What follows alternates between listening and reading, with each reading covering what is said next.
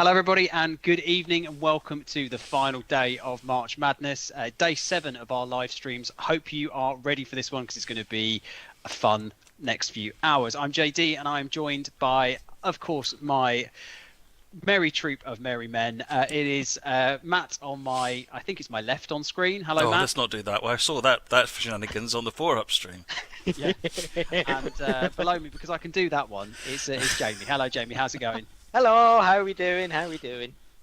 Of course, tonight we are going to be we're going to not be showcasing. We're going to be going through the Spirit of Steam, a little bit of a rerun of some of the stuff that we've been talking to you about over the course of the last few months, and we're also going to be discussing some of the things that are to do with the route building process, some of the challenges that we've experienced, and we're also going to be talking a little bit about some of the progress that we've made since we last spoke to you in January, but February a little bit as well with the roadmap stream that we did way back when.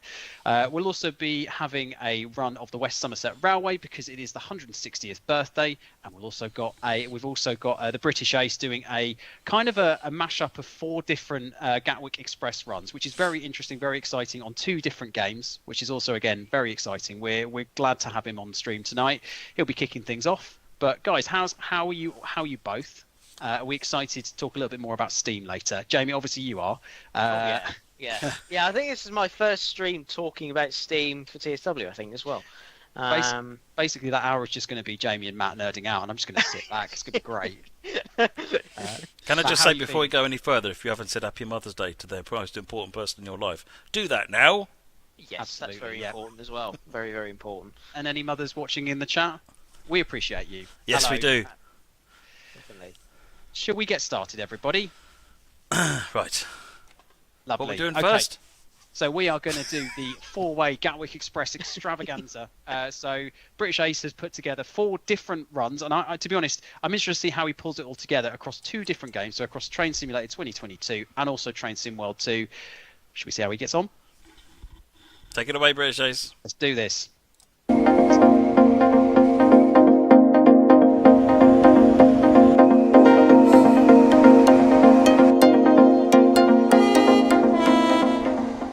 Hello everyone and welcome to another Train Simulator and Train Sim World video in one. This is my slot for the March Madness events. A big thanks to Dovetail Games for letting us have a slot on here. We'll be going for about 60 minutes and we're going to have a bit of fun with Gatwick Express. We're going to be going across all 4 generations of the Gatwick Express. 3 in Train Simulator being the class 73. Then you've got the 460, the 442 Wessex Pigs, and then the class 387, which will be on Train Sim World. So we'll be running between London, Victoria and Brighton. It'll be a simultaneous journey, so every 15 minutes it'll flicker over to the next train. But we're starting off with the 73. Let's get going. Right, so here we are. We now are in the class 73. Good morning. You're driving the Gatwick Express service to, well, we're going to Brighton. So Brighton, used by holiday goers to ensure they don't miss their flights. Open the doors to allow passengers on board and then depart promptly. Let's not make these time-conscious passengers nervous. When I'm driving, they're going to be nervous. Let's get the doors open. It's been a little while since I've been in here. Yeah, that's all good. Got a 377 going off. We want to set that to, I believe, like that, parallel. And I think the bottom throttle is for the diesel stuff, but the top one is for the electric stuff, I believe. I'm still getting sort of used to the 73. It's quite a complex locomotive as it is an ED. It's an electric diesel, which I think was fairly unique, I think, until the class 68 come about, and I think that's similar to it. But yeah, it runs on the Southern Network, this one. It still runs today, obviously not as the Gatwick Express. But yeah, it's run from the 80s up to the Millennial, running on the Gatwick Express. So still sort of the most amount of years of service for Gatwick Express. Yeah, 1984, I think, up until 2000 or so. This train will now go fast to Gatwick. Nice. Right. And I think it will be that way. Yeah, so you have to sort of press D, which usually would be for the brakes on a combined one. And that's how we should get power. Once we get the brakes off, of course. So it's quite confusing, as the way you're going is almost as if you're braking, as when you're using the throttle. I'm still figuring out how to use it. Off we go. And let's get the carburetor off as well. There we go, don't need that on. Brilliant. Can we get the window open? Okay, I can't get the window open. Yeah, it's a lovely locomotive, this is the 73. Really well modelled as well. But yeah, there's been 4 Gatwick Expresses over the last 20... more than that, 20... 30 something, 38 years, no, not 38 years, no, yeah, 38 years, 1984 when they first, when the Gatwick Express first come about. So yeah, that would be, yeah, blimmin' heck, 38 years. So you had, it started off with the class 73, which lasted the longest. And then you had the class 460, then the Wessex Pigs, the 442s, and now most recently the class 387.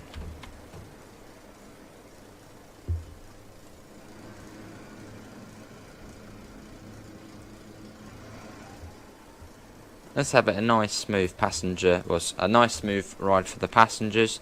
So not too much whack on the throttle.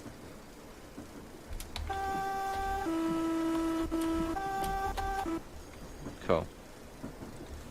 So what time did we leave? We left at 35.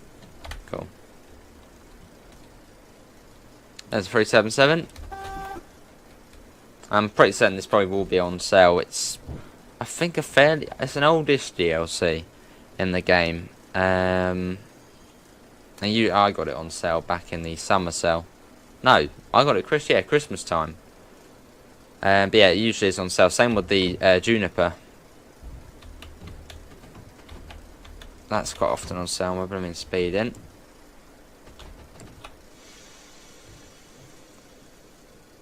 So yeah, I must admit I've never actually driven the 73 on the with the third rail power. It's quite sort of weird because if I press A, it will change to diesel power. But at the moment I'm sort of in neutral, so I'm sort of using what would be usually the brakes on a combined one to then get the electric throttle.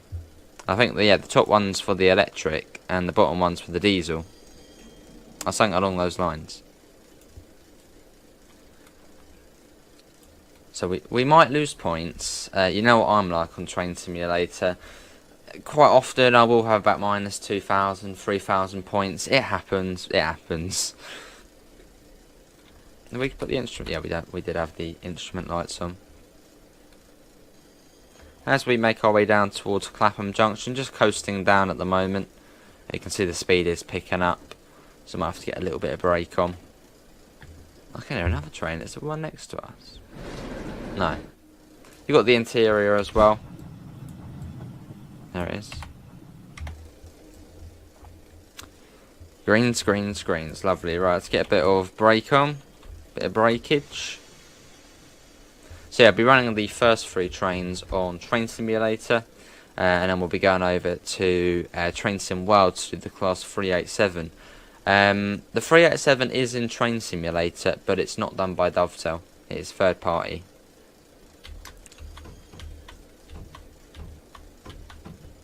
No, I've done it again. It's so easy to pop on the emergency brakes on it. It's so easy to pop it on. Come on, come to a stop. Come to a stop. See, this usually does happen to me on Train Simulator. Things like this. Right, there we go. Yeah, good. So you've put it into like the wrong setting. Straight away the emergency brakes come on. So you've got to be careful. But it's quite confusing when it's sort of this way to do power, and then one more setting, it's the emergency brakes. In fact, if we quickly go over there, can we see the settings a bit more? So I think maybe if you go into Why would you get emergencies on Wakefield? Or maybe if you overdo it, the emergency brakes come on. So I haven't actually used this on third rail before, so I'm learning as well. Because every time I've done it, I've just left it on diesel. Oh, we've still got 200 points for the timeliness bonus, so not complaining.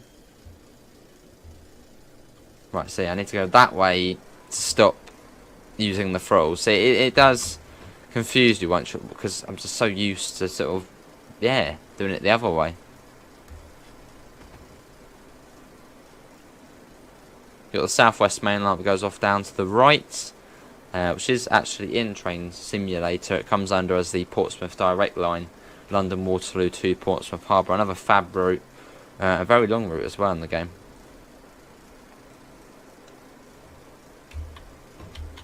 No, that way. Yeah, that way. There. Bit of brakes. Brilliant. That's quite a cool sound of it, sort of like coming down the throttle. And on the back we've got the 489. So I think these are just Mark III. I think these are Mark III coaches, just with the baggage car at the back, which this Gatwick Express is considered. Tail lights aren't even on. This Gatwick Express is considered sort of one of the best ones. I mean, it had the longest lifespan for Gatwick Express, and for an airport express, it does actually have a whole area for baggage. Whereas on the new ones, I've sort of heard there's not really much room for baggage at all. But on it's got a whole bimming coach for this one. Let's get a flyby shot. Let's whiz ahead, and we'll watch it going through Wandsworth Common.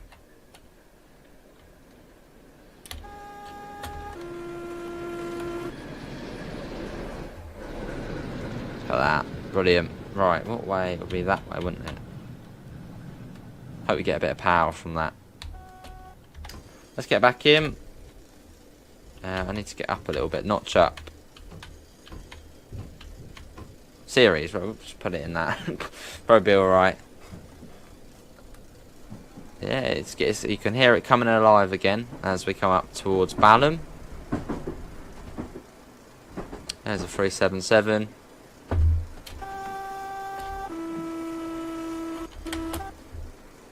Cool. You can hear the rattling in wherever that rattling may be. Go over our Streatham Common Platform 3, that's just round here, it's not too far. But yeah, there might be a few areas where you might get a bit of speed up, so you might hear me talking all funny, a bit like on my Festival of Rail video, just to keep it within an hour. I'm sure there'll be some more ambassadors on after this, so make sure to stay tuned, make sure to like the stream as well. More likes means happy days. It will go out to more people, and then yeah, good stuff. Yeah, this is sort of that's the thing with combining Train Sim World and Train Simulator, sort of combining the two together. It's great, it's great. Obviously PC is Train Simulator only, but say for example, if I wanted to run West Cornwall local on, well, they're completely two different time periods, but I don't know, run the Falmouth branch from Falmouth up to Truro, change over to West Cornwall local on Train Sim World, go from Truro down to Penzance, and a bit like when the Brighton Main Line wasn't released for Train Sim World, or also as it's known as the London Commuter. We used to do East Coastway, so Seaford or Eastbourne to Brighton, hop onto Train Simulator, go the rest of the way up to Victoria. And you can do that on quite a few routes as well. It's sort of just great combining them. Right, it's that way, yeah, right there. And then hold it off, there. Going through Streatham Common. There's a 377 in there. Yeah, lovely train to have, and obviously you get two modes on it. You have the diesel mode, which you could run it in that, and you do have the electric mode as well. It's still really, really loud though, isn't it? With the let's get a screenshot as well. preferably not with a bridge in the way. There we go. We want to get a bit of power as well. Oh, I've done it again. I've done it again. I just keep popping into that setting. It's so easy to do that, it seems. Right, down we go again. But yeah, first time driving it in the third rail, so it doesn't seem to like Wakefield. Well, this is Norbury. Hello, people in Norbury. We're not stopping here. We're just, you know, having a little stop, because why not? Yes, down we go. And then brakes will release. Hashtag emergency brakes. Right, go. No, not in that one. Go for, yeah, that one. There. Just that one I know works. Just go. I think we've upset it, haven't we? Let's put that back. Oh, there you go. That's good. There we go. And you've got to wait for it to come alive. There we go. It's all good, people. We will get you to... it said they would be nervous at the beginning, didn't they? Well, it said try not to make the passengers nervous. I mean, if I was on this train, I'd be very nervous right now.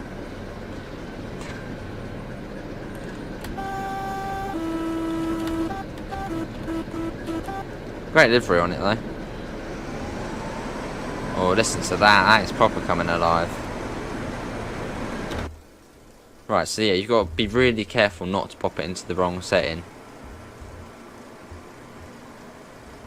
Okay, all good. Off we go. I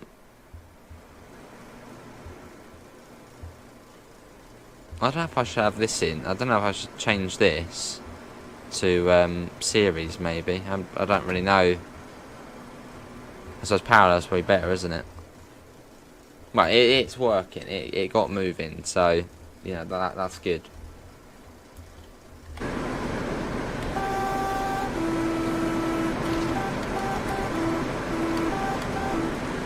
Brilliant. There's the 377 coming along.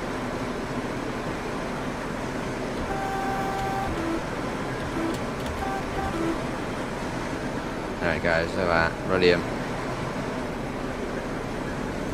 Awesome train though, back in as we come on Thornton Heath. So yeah, Thornton Heath, Selhurst, and then you've got East Croydon, which is sort of the first, well, the next sort of big stop along the route. Brilliant. Yeah, making our way out of London. But yeah, there might be a few bits which may be sped up a little bit. Just to keep it within an hour.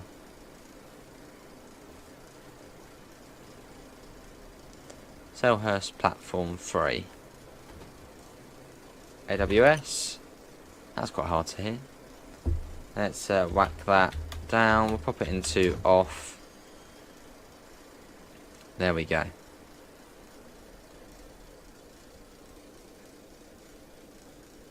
Yeah, here we are coming up on to Selhurst. Which we've got the Selhurst depot here. Coming down to 60 as we are coming up onto Selhurst station. There you go, down to 60 as we go through Selhurst. A bit of horn. Love the horn on this train, it's brilliant. This is the Juniper. We've got about 20 minutes or so to Gatwick. It's, well, was it 8? Well, I can't actually see because it cuts off on my screen, but I'm going to guess about 18 miles from where we are now. So, well, in fact, I could just press F1. 17, that's close enough. Coming up on East Croydon, we come down to 45. Let's start popping that down. AWS, which is just the warning for the 45. Yeah, coming up to East Croydon. But now in there, this is the class 460 Juniper, which ran between, I believe, 2003-4ish to around 2012/13. So it was sort of the shorter of the bunch, well, the second shortest sort of one. So I didn't run for, well, it hasn't run for too long. Well, it didn't run for too long. I believe that was due to when the service got extended down to Brighton, there wasn't like enough units or something like that. So it just, they were like, oh, screw it, we'll just get the 442s. But yeah, this is the 460, which is a very, very, very good DLC. It's been very well recreated on here. Let's get that. Also, big thanks to Dovetail for giving us the key for the 460 as well. But it's very, very detailed. I believe this one is actually by Master Key Simulations, who do some awesome other bits as well. I think this is also the newest out of the bunch, which you can get on Steam. I think this one was 2017. Yeah, the CSR works. You've got the screen over here which works. There's also a GSMR version which also works as well. It actually comes under as the TS Pro, because, well, there's much more to do than just simply flick one lever forward and off you go. There's much more you need to do on this one. So this one does come under as TS Pro, although it's not too difficult. So don't worry that you won't be able to get it going. It's still very simple to get it going. It's just a tiny bit more work to be able to get it going. Yeah, it's an awesome train. Gatwick Airport. Look at that.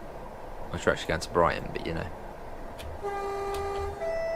Love the horn on it. And apparently these were nicknamed the Darth Vader trains, I believe, because of the front they have to them.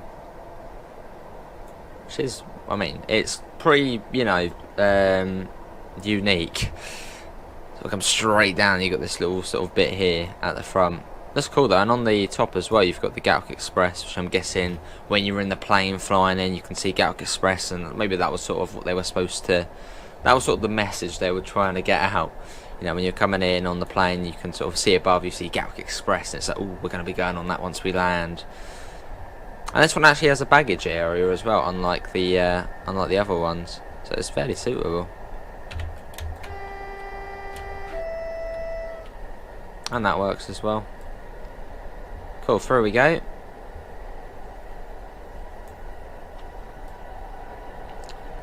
And I must admit, this is my first time driving this as well, so I might not have set up everything. So yeah. In fact, also another cool thing about this one is if we go to, we probably want to do the DSD before that happens. If we go to audio announcements, look at this. It's brilliant. You can actually use the announcements on here. Let's do the trolley service. Yeah, let's do the trolley service. If we scroll down to trolley service and enter. Enter. There you go. Can you have? Oh, I think you can more hear it in the front.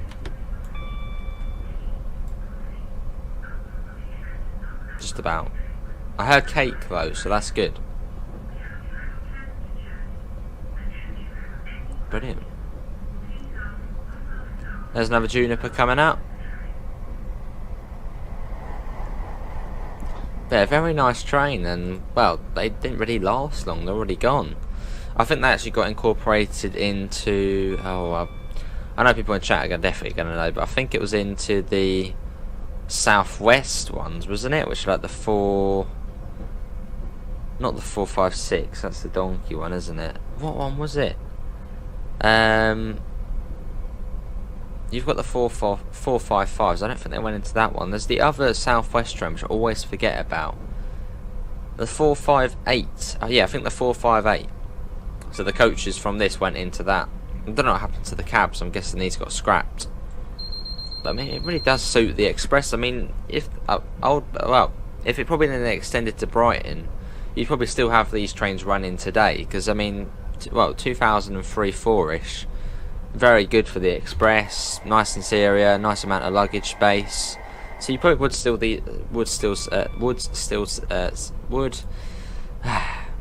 bit of a brain fart there. Having a bit of a yeah, you probably would still see these running today. But one of the downsides was it was a micro fleet, hence why, yeah, when they went to Brighton there wasn't enough units. So well, that was the end. But yeah, very modern and just cool. Much better than the 387. Although I do like the 387, but this just feels more of an express.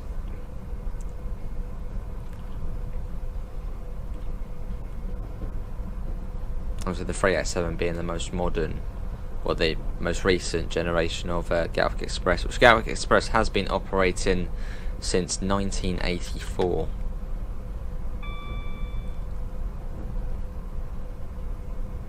So pretty much, I mean, well, it's coming up to 40 years, so pretty much a new generation each 10 years.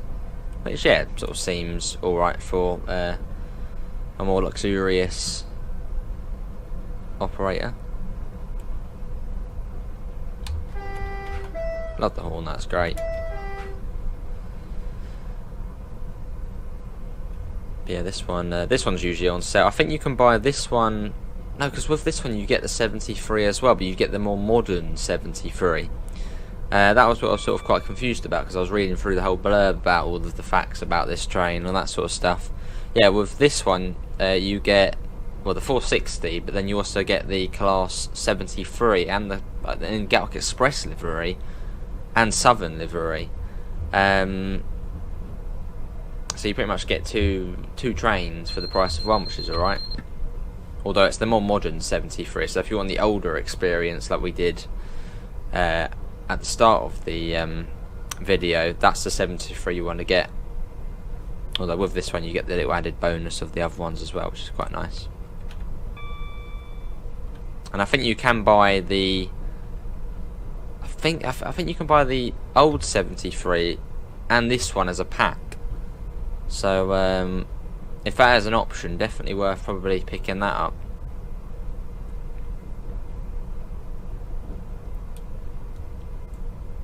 I think it's the most recent generation's the 387. What's next? So we won't find out for another 10-15 years.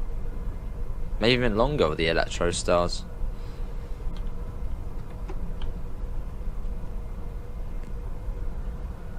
But yeah, we're on the fast lines. You've got the quarry lines, just like the slow lines. We were on the quarry line, but you've got the slow line over to the right hand side. So you can just about see the bridge of that going along.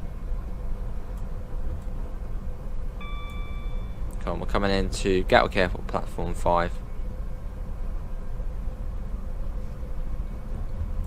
Yeah, it's a lovely train.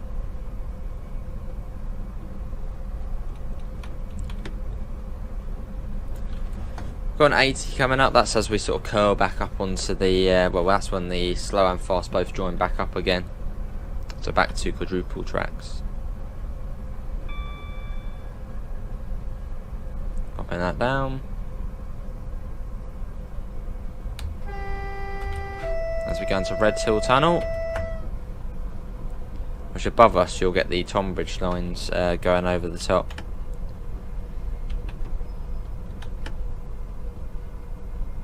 Lovely. Which I wonder if they've been modelled in any other routes. I don't know, I don't think so.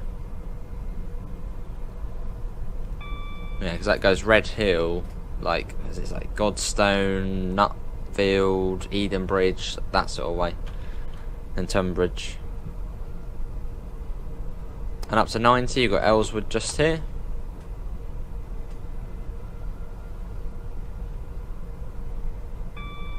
So yeah, on the slow line you've got Ellswood, Salford, Hawley. Well, actually Hawley we go through as well, and then Gatwick Airport.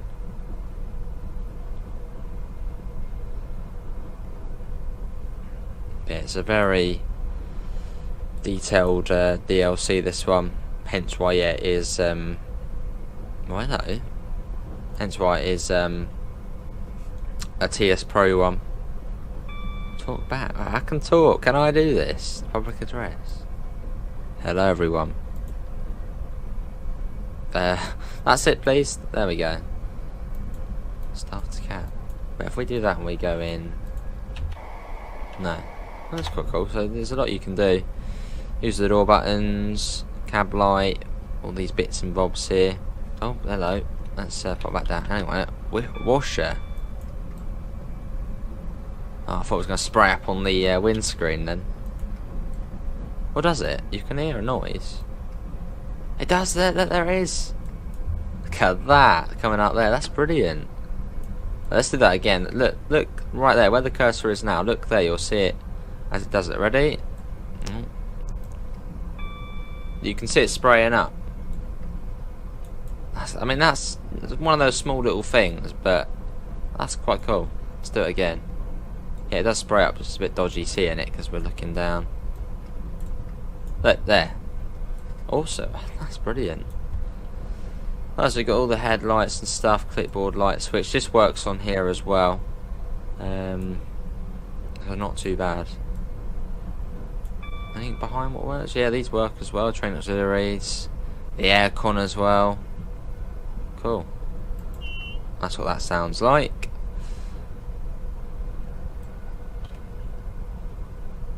So yeah, fair bit going on in this one. Yeah, it may come under TS Pro, but it still is fairly easy to set up. It's just the usual master key, reverser, set up the screen here, set up this as well, and then you're off. A bit like on the there's quite a few TS Pro ones. The other one's the West Coast Mainline North. I can't get my head around that one. I should really have a look at some point. Where you get the classing 86 on there. I still haven't figured out how to do that one yet.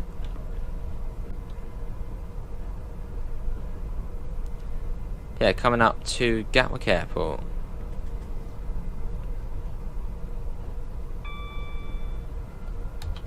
I do think out of the 4, this could actually become my favourite. It's great. Well, I do like the 73. I like all of them. They're all good. They're all good in their own way. There's another service over there on Hawley. Hawley platform 1. That would be over there. Let's start bringing that down.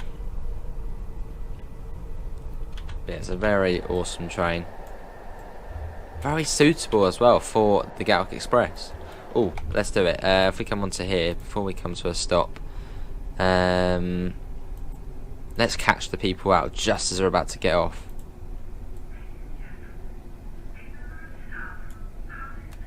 Ticket inspection. You better all have your tickets.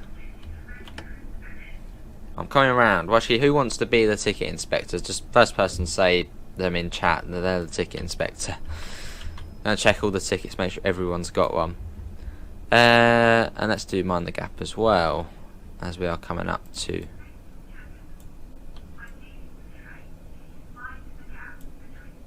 I think they'll do it all in the different languages as well. Here we are, what are we? 8 coach. Although, I'm gonna go to the end of the platform. And you'll see why in a second.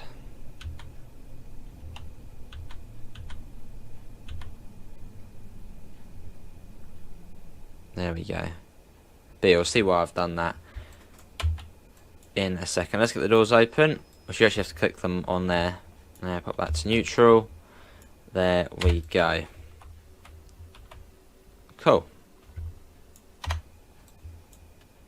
Right, time to get the door shut, and let's get out of Gatwick. Let's get that off, and let's get going. We'll do the instrument lights. There we go. Doors should be. There we go. That's all good. Let's get that off, and let's get going. So we'll take this down towards Hayward's Heath. Yeah, this is the Wessex Pig, or one of the Wessex Pigs. Which were originally with South West Trains, then they went to Gatwick Express, and I think back to South Western Railway, and now I think they are. Well, it just didn't really work out South Western Railway, so now they've gone completely. I think now, which I love. Well, they're interesting trains. Interesting trains. The 442s. Look at that. I've got to quickly get back in the cab. It's going to get loud when the plane comes over. Let's change that as well. Brighton, there we go. As we make our way south. So this is now 2012, 2013. The Juniper's now gone, and now, yeah, back to the 442 in the sewage plant over there. Let's whack that up. Which, yeah, the Brighton, well, London to Brighton, as it's known on the Train Simulator version. If you have got Train Sim World 2 with the London commuter or the Brighton mainline route, it's still definitely worth checking out the old one on Train Simulator, as obviously there's so much more DLC for the Brighton mainline on Train Simulator, so you could almost sort of get a feel for what the trains are like before, if they do come to Train Sim World. For example, the 455. That could be a good contender to come to Train Sim. Well, anything's possible in Train Sim World. That's available DLC on here. Well, I think you have to have the South London network for it. But yeah, it's definitely worth, if you are a TSW player and you can run TS, do check out this route. Well, the same route, but just the older version. And also it's set in 2012, so there are a few differences as well. Plus you can just try out a few more trains, and the older trains as well. You can get some really old trains and really old DLC as well for this route. I think one of the oldest, like the 423. I think, no, is it the 423? Possibly the BR 423. Something along those lines. But it's like a DLC from like 2010. So yeah, some pretty old DLC. And this route come out in 2013, so I think those original ones are from, well, I don't know where those ones are from, the screenshots and the DLC, but yeah, some really old ones on there. Here's the interior. I don't know what that noise was. You've got the signalling centre. So this is before the Thameslink depot was built, so it was just sort of just random sidings, so there wasn't really a lot going on. Then you have the line there off towards East Grinstead, which is now abandoned. Yeah, this is what was here before, what you see now in London commuter in real life. Not much. Just tons of track. I guess it's Three Bridges sidings. Let's have a look at the map quick. Yeah, Three Bridges Yard. Making our way down. Once upon a time this was 100 miles an hour down here, but those days are gone, so it's 90 now. There's another Wessex pig.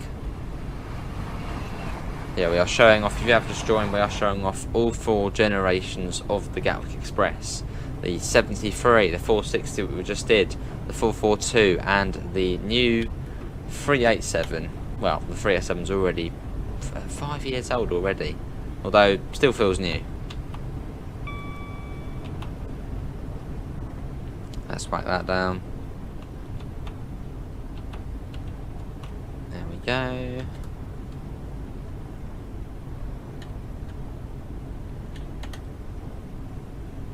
Coming around here will be into Balcombe Tunnel. Put that into series. But other little details on this one as well. You know, well, we all know what that is up there. Little bird dropping. But yeah, little details like that just make it feel more real. You know, the dirty windscreen as well, and it's great. Oh, hello, there's the train. Hello, train. As my field of view is quite far back, as by default you're quite far forward the field of view. So I have put that back, so that's why we can see. Yeah, that behind us.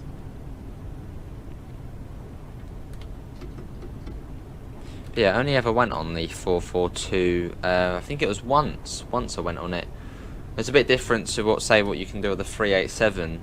The 442s were strictly only Gatwick Express tickets only, and then it never really diverted. And like you've seen with the 387s fairly recently, they've been on the coastways. They run from Victoria, well, Southern pretty much use them as well. when there's engineering works. So the 442, yeah, only actually ever went on it once for Gatwick Express. As with the 387, I've been on that tons of times because when there's engineering works, Southern use them, and well, I'm pretty certain you are allowed to ride them between Brighton and Gatwick Airport without a Gatwick Express ticket. I think they only are really considered, better, and you have to have a Gatwick Express ticket past Gatwick Airport, as that's when you get the guards getting on as well. Because the Brighton to Gatwick bit, I don't think they have guards on, and the assistant Gatwick Express staff and all. So I think between Brighton and Gatwick, you actually don't need a Gatwick Express ticket. You can just run with just a normal ticket. Well, that's what it seems like. As every time there's been works or another train gets cancelled, they just say, right, just go on the Gatwick Express. And then once you sort of get up to Gatwick, you see all the staff getting on, and let's get a flyby shot of the Wessex pig coming through. Look at that. There it goes. Well, what is everyone's favourite out of the four? I know you haven't seen the 387 yet, but what is your favourite, just from real life? Is anyone's favourite this one, the 442, which didn't actually run for that long for Gatwick Express? I think they went in 2016-ish. So, what's that, 4 or 5 years? So, probably the shortest. Well, the 387s are probably coming up to being longer than these ones on here. So yeah, they didn't go, haven't done as much. What is the status of 442s though? Are they just completely gone now? Are they being scrapped? What's going on with them? Because I don't think South West, they refurbished them, made them look all nice, and then a year later they were like, nope, not having it, gone. What's happening with the 442s? You got the Arding Line branch that comes up there. And as we come up on Haywards Heath, which we're going straight through it. Plenty of horn action. We'll get a flyby shot going through Haywards Heath. But yeah, hopefully everyone is enjoying the March Madness event. Big thanks to Dovetail Games for for letting us be part of it. It is a pleasure. Right, let's go ahead. Where's ahead? And yeah, London to Brighton is what, from 2012/13. Still a very good route. One of the best on Train Simulator. Even visually, it still looks decent. Oh, hello. That's yeah, it's because we're doing some world record scenario.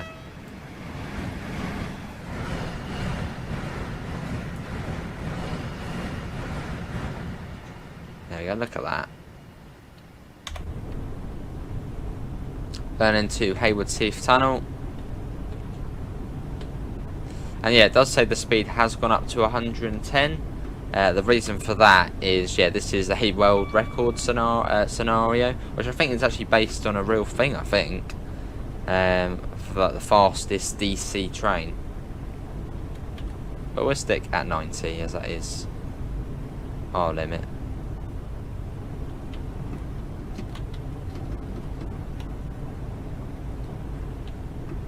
I don't sound, it seems to be slowing down. Nah, we're all good.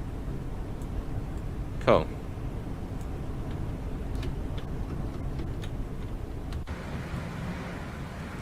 Yeah, there it is, the 442.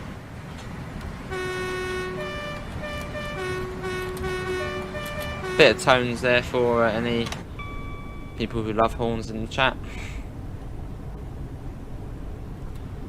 Coming up to one of the crossings, which I think on the TSW2 version you can see the crossing, but I think now realistically it is shut I think it is the only foot crossing on the Brighton main line. But as this is set in 2012, that's why we can, you can see it there.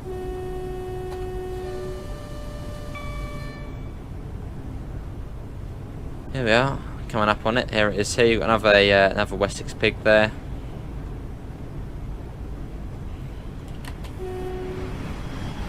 Lovely, through we go. As we come up onto Withersfield Station. Through we go, then you've got the line off towards Lewes, the Kemah branch.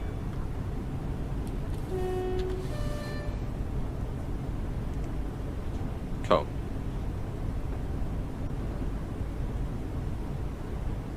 And Burgess Hill is just ahead. Yeah, coming up on Burgess Hill Station. Yeah, we're only 8.9 miles out of Brighton now. I've kept the HUD on for today's journey. Just saying, if you are new and you don't know the route too well, you can see sort of the distances, how long it takes to get from place to place. So yeah, that is why I have got the HUD on. Listen, yeah, if you haven't seen the route before, well, you know all the distances and all. So let's go on through Burgess Hill. The next station stop along is Hassocks. And I can see the Downs as well. Always a great sight seeing the Downs. And we'll be going through them. We'll be going through Clayton Tunnel very shortly. In the next sort of 2-3 minutes, we'll be going through Clayton Tunnel, which is about 2,000 odd metres long, and it has the famous castle portal to it on its northern side. So we'll be going through that. We're due at Brighton at 13:07, which makes about 15 minutes or so. Perfect.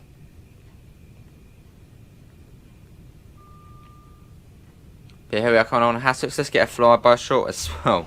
This is sort of the best opportunity to do so, as once we get past Clayton Tunnel, the speed does come down a fair bit. So if we go ahead now and get that flyby shot, and we can have a double flyby shot of 2 387s.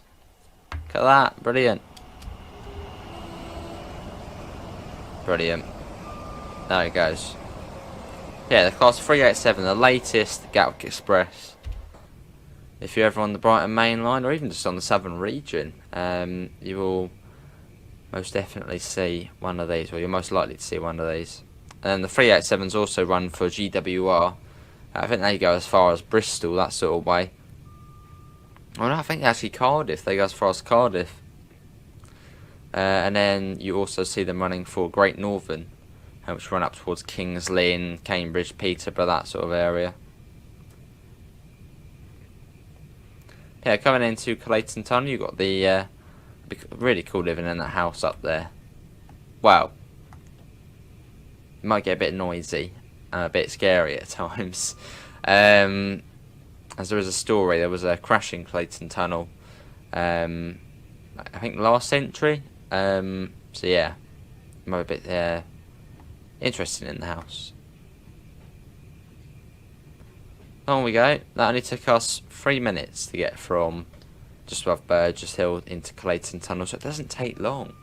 It's a very quick route. Oh, and yeah, turn the HUD back on. I'm just so used to playing HUDless. Yeah, I mean, I actually find this route easier when doing HUDless. It sounds weird to say, but I'm just so used to playing it like this without anything on. When I turn on the HUD, it's like, oh, what's that? And I actually do find it harder. It's weird, but yeah.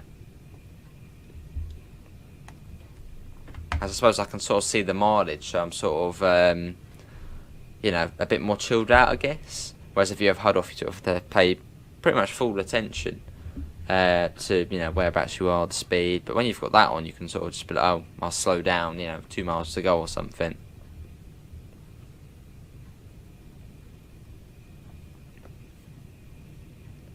Start coming down to 75.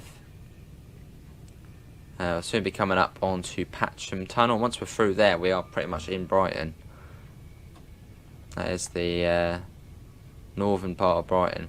Brighton's a fairly small place. Yeah, yeah, it's a fairly small place, Brighton. It only became a city, I think, in 2000. And the population is like 200,000. So for a city, that's, well, not a lot. When you compare it to, say, London, which is like 3 million people. I think it might be more than that.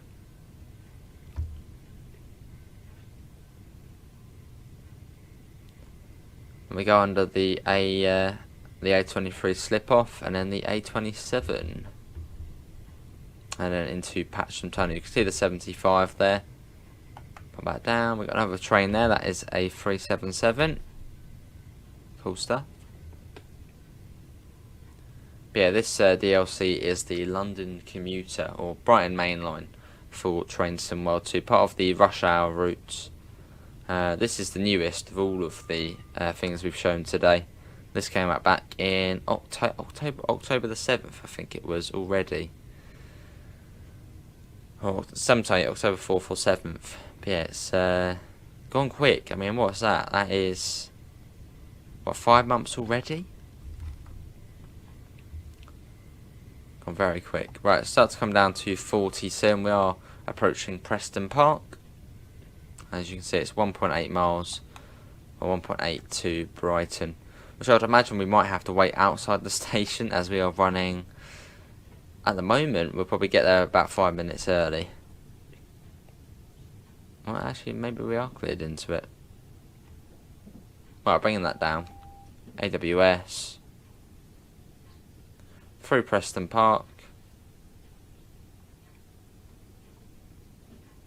Yeah, bringing that down to 40, as it does come down to 40, just round here. Yeah, hopefully everyone has enjoyed my slot on the March Madness. Hopefully everyone is enjoying it overall. I'm sure there's been some brilliant content shown so far.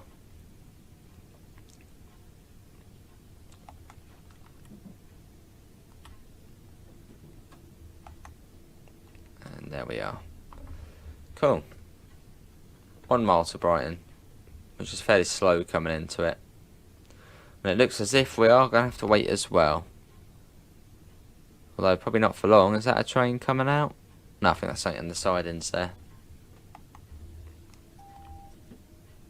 Pop that on, so it looks like we are going to be waiting outside of Brighton Station. And we're going into platform 4. So yeah, 20-25 miles an hour. Lovely. Yeah, it's always a great journey down the Brighton Main Line.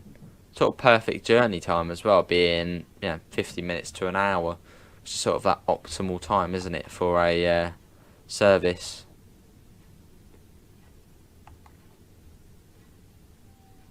Bit of whack on that. Cool. Here we are. So yeah, a little recap of what we have shown off in today's video. We have shown off the Class 73 for Train Simulator. We've shown off the Class 460, the Juniper. We've shown off the Class 442, the Wessex Pig, and this one, which is the Class 387.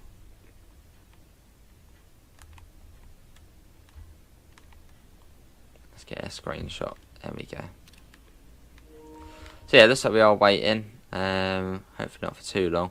What I'll do is I'll see you all in a second, and hopefully the light will be green, just to keep us under an hour. Right, we now have the clear, so let's get going. Let's work that into one. We're waiting for 377 401. What's on the back of that one? That is 410. Anything else? No, just an 8 coach. Bit, and we go into Brighton. The journey's end from capital to coast.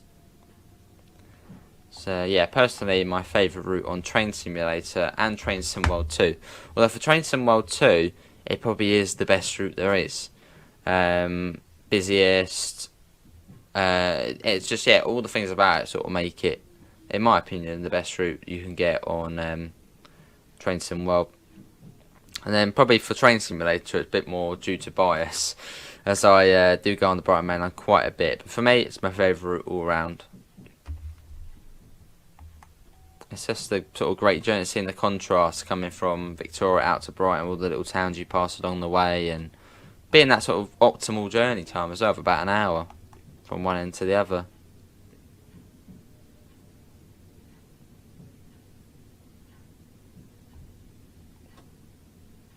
Got a 313 in there.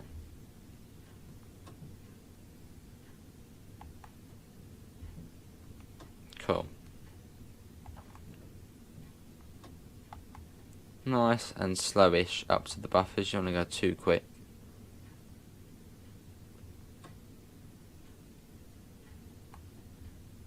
And here we are. We made it. This is Brighton.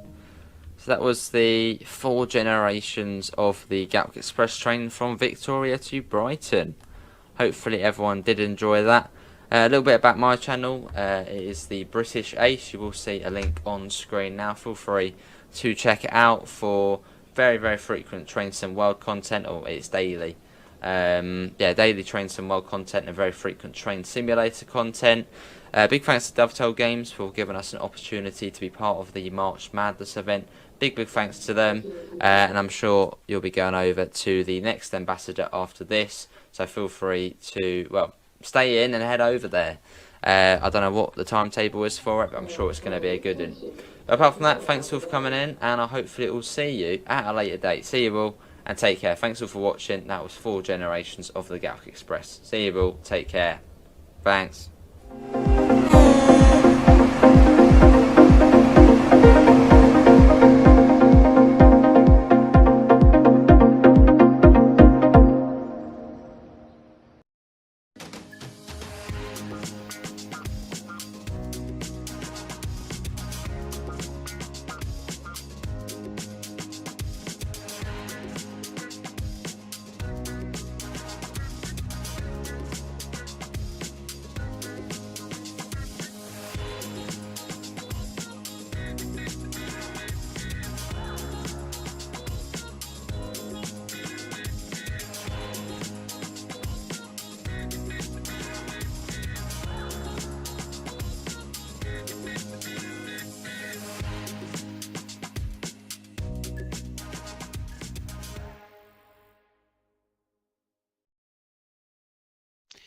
Welcome back, everybody, and thank you very much to Joe, the British Ace, for that session. Brilliant showcase of all of the routes into Gatwick. And if you are interested, then London Commuter and London to Brighton on Train Sim World 2 and Train Sim World Train Simulator 2022 are on sale on March Madness on Steam, respectively, at this point in time. But they won't be for very long. So if you are interested and you like what you see, why don't you pop in there? If there's anything you've been hiding on your wish list for a long time, then have a look as well, because we've got a lot of things on sale on Steam this weekend. It's about the first time, I think, actually, that we've actually started a session exactly on time. So thank you very much to our time master, Matt, this evening. Hello, Matt. Welcome back. Hello. Good to be here. And hello, Jamie, as well. Good to have you in the Steam session as well. Yeah, I look forward to it. So this is going to be, basically, I'm going to ask a few questions, and I think Matt and Jamie are basically going to nerd out for the next hour. So any Steam nerds, you are in for a treat for the next hour or so. We're going to be talking Spirit of Steam, and I just want to kind of talk a little bit about how we're going to do this session, first of all, because this is very much a kind of recap kind of session that we're going to be talking through. So you might see some of this stuff before. We're going to go through kind of the whole story so far. So we're going to talk a little bit about what we showed in, I forget what the name of the Festival of Rail. We're going to show what we did that. We've also done some work on the wheel blur, which we'll show you as well, which we showed during a roadmap article and stream a couple of weeks ago, or a few weeks ago at this stage. And we're also going to be talking a little bit more in general terms about the progress that's been made on Steam over the course of the last couple of months. A lot of the work's gone on behind the scenes, so we haven't got that much new stuff for you to show you, but we'll be talking about some stuff that we've been working on and hopefully be giving you a little bit of a taste of what's to come in the future. So without further ado, Matt, do you want to give us a little introduction to the Spirit of Steam for those people who perhaps are coming into this new or have not heard about the project before? So we wanted to do, for a while now we've been saying we wanted to do Steam. and a lot of time was spent mulling over the options for doing steam, and eventually we settled on the Liverpool to Crewe in the 1958 sort of time period. We originally started at, why 1958? Because we started around sort of 1955. We wanted something sort of late-ish BR, and in that region, and when we started looking for reference material, a lot of the reference material was falling in the 1958 sort of time period. And one of the challenges with this area, I mean, it's a common thing with railways. You wouldn't think they change as often as they do, but actually, certainly in some cases, they change almost on like a month-by-month basis. And the West Coast Main Line, which is where this route is in its southern end in Crewe, running round to Liverpool Lime Street, was under immense change at this point, because we're going from steam railways straight to electric railways. So as I'll cover in some of the stuff in a minute, you'll see, you know, signal posts that are still up but have got no signals on them anymore and things like that. So it's a really interesting thing. In terms of trains, we went with, let me just switch over to this. It's PowerPoint time. PowerPoint presentation. It's PowerPoint because it's the easiest way to do an image slideshow. Just leave me alone, you two. So we did. We were going with the Jubilee again. As JD said, we haven't got any new images to show you today. We're just going to be recapping and then discussing some stuff. So we went with the Jubilee as being the lead locomotive, and here you can see this is the original screenshot we shared of it. It's looking even more splendid at this point in the game. And then this is the cab for the Jubilee. The ATF cab is actually very similar. The ATF is the other loco. I'll get to that one in just a minute. Yeah, and some people in the chat have already pointed out the numbers don't match. We are aware of this. Don't worry. Oh, this was such an early debug Yeah. build. You notice there's nameplates missing as well. Yeah. You know, there's all sorts. In fact, the nameplate was there, but it didn't match any of the numbers. It was just, you know, so we took it off. Yeah, 3 different identities. Well, it was more than it was at this point. It's random. You know, they've not been hooked up to a central thing yet. Now, in the game as we've got it at the moment, they are. So, you know, this was, you know, the work in progress in the bottom right corner there means something. So, yeah. This is the cab, and the cab is now fully interactive in the game where we're at the moment. Gauges have all come to life, and we can drive the trains. It's quite fun. It's quite fun. Yeah. So I just wanted to close up a little bit. There's a lot of detail on the locos, and they do really stand up to some close inspection. Look even better actually in the game. And then this is the ATF. This is the freight locomotive that you'll be driving. A bit of a beast. The Jubilee is a 3-cylinder. And the ATF is a 2-cylinder, so they're actually going to have quite different sounds to them. Above and beyond the fact that they sound different, they've actually got different beats to them. Because 3-cylinder means you get 6 beats a revolution. Yeah, something like that. Yeah, it's very, very noticeable. You hear an AF versus a Jubilee starting off, even though they look. I mean, I think they've got similar boilers. I think, haven't they? I think all very style. You know, basically they've got the same tender. They were both designed by Stanier. But yeah, they are. You know, you've got the 2-cylinder versus 3-cylinder, and yeah, they both feel completely different. You know, it's you know. Yes, absolutely. And just on the sounds, we've been out and done recordings with both the Jubilee and the ATF. And in previous streams, we actually shared some recordings of those from those sessions. So the team at this point are putting all of that into the Steam simulation and wiring it up so that the chuffs happen at all the right open and close events and so forth on the cylinders. So and that's coming along really well. So the Steam is coming along nicely. So this is the ATF. This is the freight train. And again, zoomed in a bit close, you can see this it's a meaty, on the valve gear there. Meaty locomotive, and it's not taking any prisoners. Freight. So there's a reasonable selection of freight. Again, you'll notice the numbers of these wagons are 1, 2, 3, 4, 5, 6. Work in progress, folks. Work in progress. I didn't notice that. Most of the viewers probably did, and they were pointing at the screen, going. Yeah, they probably did. Yeah. So these are the 16-ton mineral wagons. These are a metal 4-axle wagon. Then you've got conflats, which have come with 2 different loads. You can see here the smaller load and the bigger load, or obviously you can have them empty as well. And I believe these, when they're loaded properly, have chains around them as well, which isn't visible on this shot. Then you've got the 5-plank coal wagon. Now the 5-plank wagons are pretty much ubiquitous. There's billions of them around on the railway, and it's good to see them in the game. They're becoming in the bulk site version. We're not getting grey ones. We'll do grey ones another time. And it's also important to remember that if you're thinking steam era and sort of 5-plank wagons, you're probably thinking of all the different coloured ones and all of the ones that had branding and so forth on them. Well, actually, most of the ones that had the branding were kind of dilapidated, and they were of an old type and needed replacing. So actually, this is a newer, I say within lots of quotes, because obviously they're old by now. Yeah. But this was a newer model. And isn't the same as those ones. Now that doesn't mean you can't take these and put them in the livery designer and go nuts with it. So I'm looking forward to seeing what people create with the 5-plank cars. Yeah, Creators Club is going to be absolutely awash with all of this kind of stuff, I think. Yeah, definitely. Absolutely. And we've got the brake van at the back, which is the standard van. The 20 ton, is it? This?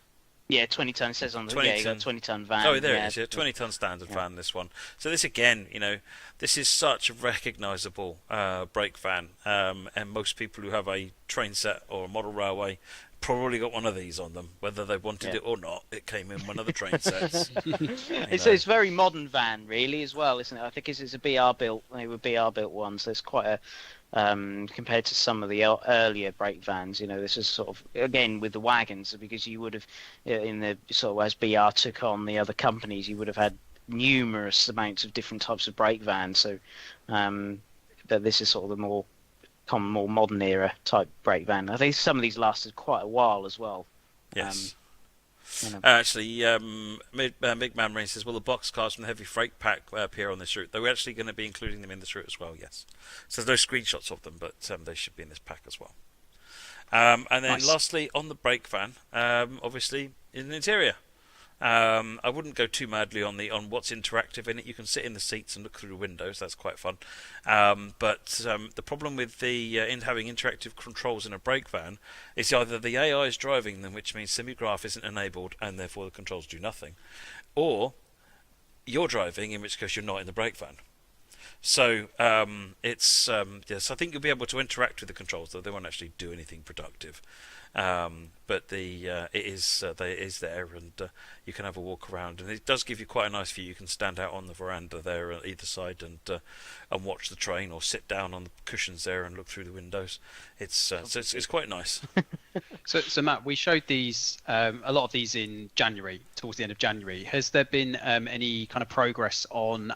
We've talked about the locos themselves, but in terms of the wagons, and has there been any changes on those wagons that players can expect? Obviously, those screenshots were taken a couple of months ago. Is that kind of the artwork done on those now? The artwork was done, so it's mostly polish and so forth that's basically happened since then. So this would be things like the chains on the conflats and so forth, and the numbers. We're at a technical setup level rather than anything substantial, I think. Cool. And Jamie, are you excited? Oh, of course I'm excited. Of course, I mean, Stanya locomotives in TSW is just going to be absolutely awesome. I mean, just look at that set that you're looking at now, an 8F with a long freight. It's just going to be awesome. I mean, it's going to be able. I mean, my thing would be, this is sort of one of the closest ways you can act as if you were in BR days. You can't. You can go to a heritage railway, but there's not the feel of heavily weathered locos with long track. The closest you can get is the Great Central Railway. So the in-service, isn't it? This was actually something that Paul Jackson said in one of the very opening articles when we started talking about steam locomotives and our steam journey in Train Sim World, is that it was really important to him, as indeed for all of us, that when we first did steam, it wasn't the sort of the semi-stuffed and mounted steam. I mean, don't get me wrong, I've got nothing against Heritage Railways. I'm really grateful for what they do, and if you can go and support your Heritage Railway, you absolutely should. But there's something different between that and seeing the beasts unleashed and wild if Yeah. you follow my drift, and Yeah. being in and around the environment and atmosphere of these locomotives, living in and working in the way that they were meant to do, and that's kind of what we wanted to recreate with this. Yeah, absolutely. Sorry, I was going to say, like doing 50, 60 mile an hour with a heavy freight. It's something that you can't see now. It's these things that and as you say, in service days, having regular steam between Liverpool and Crewe doesn't happen now. You get the occasional rail tour, but not very many. So it makes it feel, yeah. And as someone said, I'm a bit like a child in a sweet shop. Yes, I am. With these, definitely. I was going to call out that comment as well, but what I was going to say was as well, we are still a little while from release here. This is not a preview stream. We're not going to do any gameplay tonight. Those are going to come later and further down the line. We're a little bit more progressed. But we will be doing what we can to kind of give you as much of an update as we've got internally at the moment. And we'll sort of take it from that. And if that's not your cup of tea, then you're more than welcome to come back in a few weeks when we hopefully be talking about it in a little bit more detail. This is kind of intended as a recap, really, because we put quite a lot of information in different places. So we're going to try and go through what we've got, and then also Matt's going to talk a little bit about some of the challenges around source material, signal boxes, and also we're going to do a little bit around what is next or what's currently being worked on. Yeah, kind of as we go. I'll try and relate things to where we're at now as well. Yeah, absolutely. So moving on in the screenshots, that we then in one of the later streams, because one of the things I wasn't ready to show in this group of shots in the first stream was the coaches, because they weren't ready. But in a later stream, we did show the coaches. So the Mark 1 coaches, they come in two different liveries, which is the carmine cream. I can't remember what the actual name of this livery is. Blood and custard. A bit blood and custard, yeah. Yeah, they're blood and custard, are they? Yeah. And then you've got the maroon ones. I'll show you a maroon one in a minute. But the eagle-eyed amongst you should be able to pick out two things very particular that are different. These are original Mark 1s, not the more modern Mark 1s that you see in the likes of West Somerset Railway. So these ones have got the old-style bogies. And you'll notice there are no rims around the windows. So they added rims around the windows to stop them leaking. Where these are the leaky versions. No expense spared. No expense spared. We have given you full leaky windows. However, you will have to imagine the leak. We have not simulated leak. So when you're sitting in the seat, just go every now and again. Just wipe something away from your face. Exactly. Yeah. But the key thing really is the underside of the train, and having the older style of bogies on there is really important. Will they be vacuum braked, Matt? Yes. There's a couple of questions. Everything in this pack is vacuum braked. Nice. So this is the maroon version. This is a BSK. I think it's a BSK. BSO, isn't it? Yeah. It's BSO. Is it? So I can't remember. I'm trying to remember. So the other one you just showed was an FO, wasn't it? That was because I saw the F on the side of the picture. I can just see it, just underneath steam heated. Yeah. Could see F. But it says vacuum braked on the side there as well. Yeah. So that's I reckon. For those who might not know, I'm not sure on brakes, because there's different types of Mark 1 brakes. So you've basically, for those who don't know, someone said it's a BSK. It is BSK. Yeah.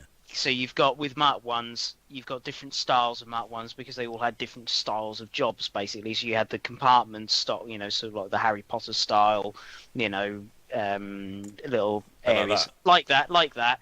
But then you had the open ones as well, which were just sort of slightly separately seated areas. Or someone said it's a BFK. So it is BFK because it's first class in the coaches. We can see it. Big letters on the label there. Yeah, so you've got different... You've got, as you say, the different letters meaning different styles of coach, basically. Yeah. So, this is the interior from that coach, the BFK. I took the screenshot because it took me back a bit, actually. I thought that was looking really nice. Mm. I can't wait for the Harry Potter simulations to come out of this. It's going to be great. Yeah, we need to do a bit of Glenfinnan Viaduct. Yeah. Anything off the trolley, dears? Some progs. Yeah. So, I mean, that was the screenshots that we had of... so that's basically all the stock that's in the pack. There might be a couple of other minor sub-variants, particularly in the coaches, but essentially it's the two types of coaches, the two locomotives, and the spread of wagons and brake van. Essentially, is what we covered about what was coming in on that. Let me just pop back to here. There we go. Yep. A couple of questions from the chat just before we get on to the next section, Matt. So, has any work gone into the timetable planning thus far? Yes. In fact, the timetable author has been working on it for quite a long time, doing research, ordered numerous real-time working timetables, and then up until had to scrap it all and start again when they were finally able to get hold of the timetable which actually covers 1958, because they weren't able to get hold of the 1958 timetable and were using one from somewhere in the region of 1958, and then all of a sudden they got this 1958 timetable popped up on eBay and so, or on some other website, and they were able to get hold of that. And it's like, no, that's worth doing again. So they started all the research again, recompiled the timetable, and they are now busy doing it. So again, it's trying to be authentic to the 58 timetable. I can imagine the anxiety of that eBay auction. We must win this. We must win this. And the sort of the jeopardy of it getting to about 10 seconds to go, and maybe us being the winning bidders. So this is look behind the curtain, everybody. This is how it works, and this is how we're getting all of the source material, which we'll talk a little bit about in a second, actually, because this is really important to do with this particular route. I mean, the source material is obviously really important for all routes, but given that this is a historic route. The materials are slightly more difficult to come by. They're slightly different quality to perhaps the routes that we would use in the modern day, or the source material we'd use in the modern day. And I think that poses a very particular type of challenge for us recreating that route in the highest fidelity that we possibly can do. So, Matt, I suppose we're going to kind of move into talking about source material and trying to build the route as a whole. And again, some of this stuff players might already know, we might have already shown. Some of this stuff hopefully will be new information to you. So if you're interested in this kind of thing, really recommend you hang around for this section, because we've got quite a lot to cover, including signal boxes as well. So let's get started with it. Let's kick off then, Matt, by just asking, in terms of the general challenges involved with something like this, what do we have to consider when we're building a route that's set in 1958? I mean, there's a number of things. One of the ones is that you really can't use Google Earth.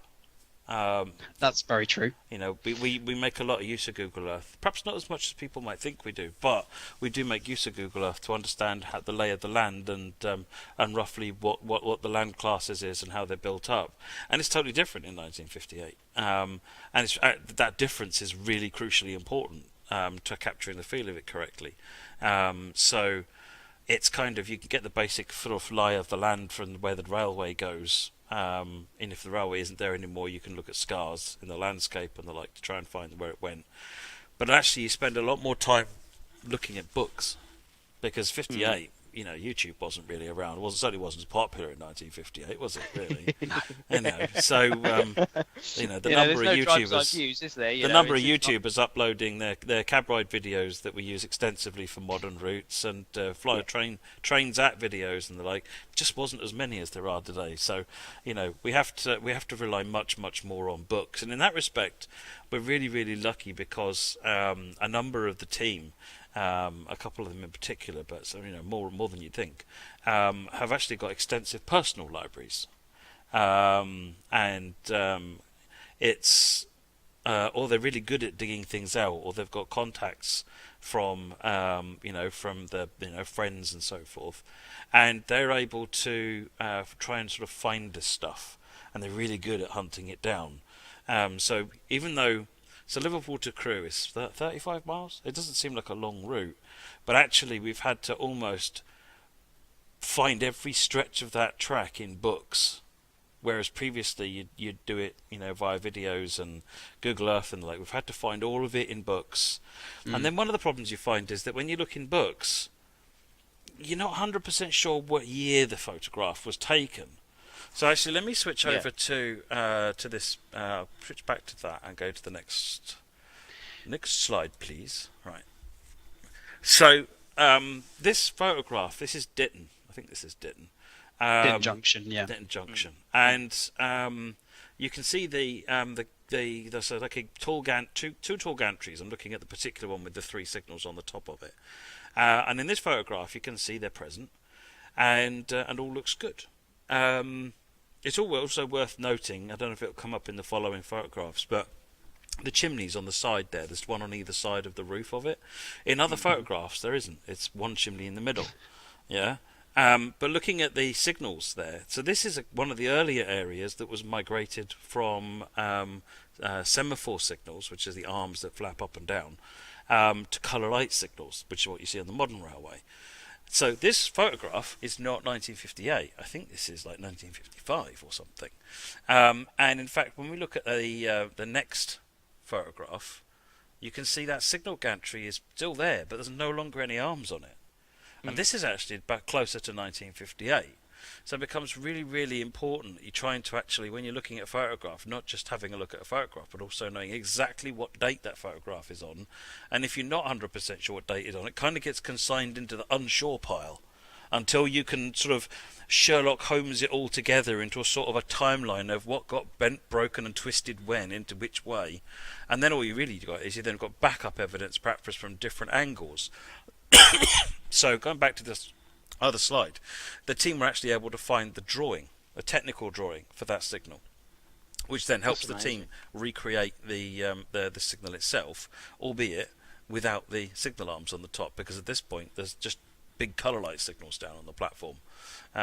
So yeah, this route is a little bit of a mix. It's mostly semaphore, but you'll see some colour lights. So Crewe has got colour lights, for example, and sort of some of the main areas. But then a lot of the signals are the semaphore type.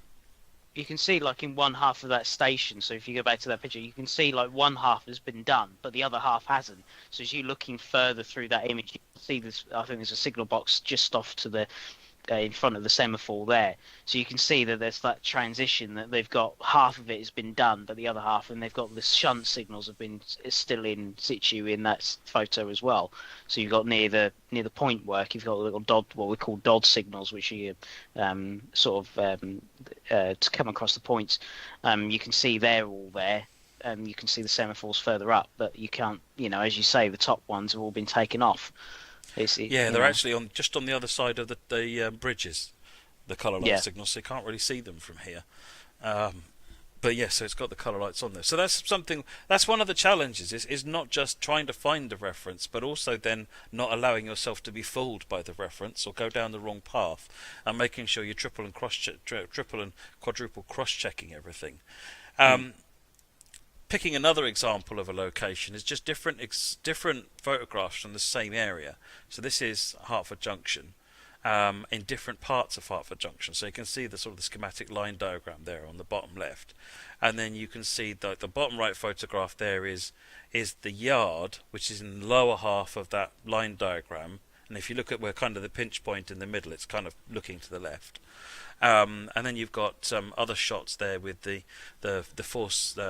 Or the two sets of signals in the top right, and then a different view looking, I think, back at Hertford from on the top left shot there. So it's kind of like, again, it's about, and this is only a fraction. I'm showing you a fraction of the reference material. I asked the team to, because a lot of this comes from the signalling team actually, because they need to really understand where the signals are, what they look like, so they can build the technical infrastructure of the railway as authentically as possible. And I asked them to put together sort of a simple some small examples for me. And I think they sent me 200 images.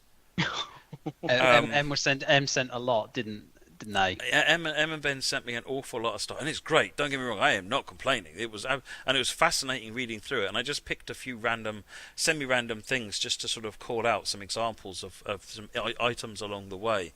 But it really dawned on me, actually the reference these guys, this team is using is phenomenal. They've been able to pull together, and it's taken, I would probably say, a year to pull this reference together to do a 35-mile route.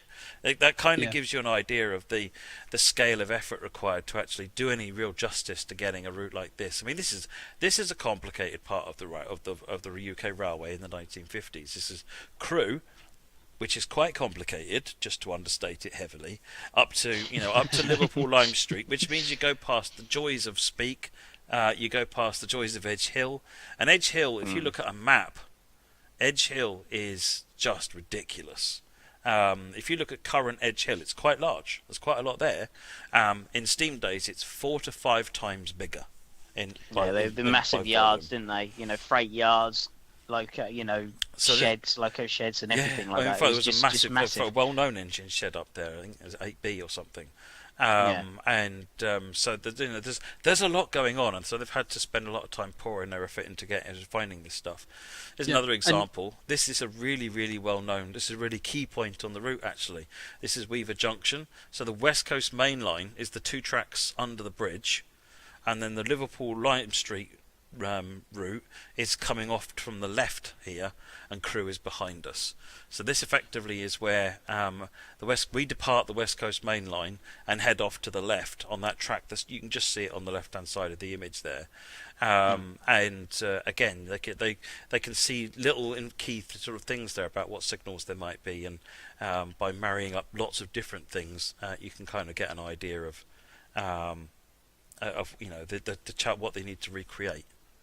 Yeah, Matt, just quickly before you get into the next slide, you mentioned Ben. He's actually written, or we've collated an interview with him that we're going to be publishing, I think, early next week, which will go into a little bit more detail from a development perspective, what we've done with some of the source material and some of the challenges. I think Matt's obviously doing a good job of kind of summarising the challenges and what's kind of come into it. But as I say, Ben's given us a really in-depth discussion of what this all is about. We're going to be releasing that article in the next couple of days, so keep an eye out for that. The other thing I wanted to ask just quickly, Matt, is obviously all of this stuff is not digitized either. I would imagine when we're getting the source material from photographs and from books and whatnot, is there a particular challenge with that? Because I imagine in most other cases we have got a fair amount of digital content ready to go already. Well, one of the big challenges is you can't search.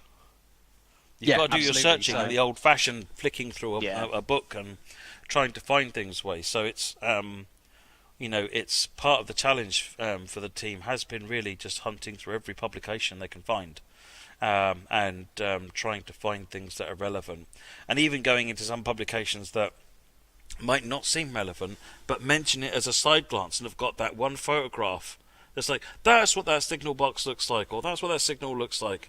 So it's kind of gathering those things together, then working out what you're missing, and then it's kind of like, well, where do we try and start figuring that out in terms of talking to people and going to libraries. The NRM have a reference library, so there's all sorts of things that you can consult. But yeah, the biggest challenge, I would think, I mean, I'm not the one who did it, so I'm probably not the right person to speak.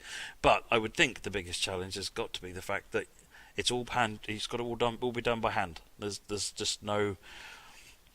So sifting through microfiche and all that kind of stuff. Well, in the case of a lot of this stuff, it's literally just pulling magazine and book folders down off shelves and going through them one by one. Yeah, it's like you might find sort of 20 books on the LMS region in BR days.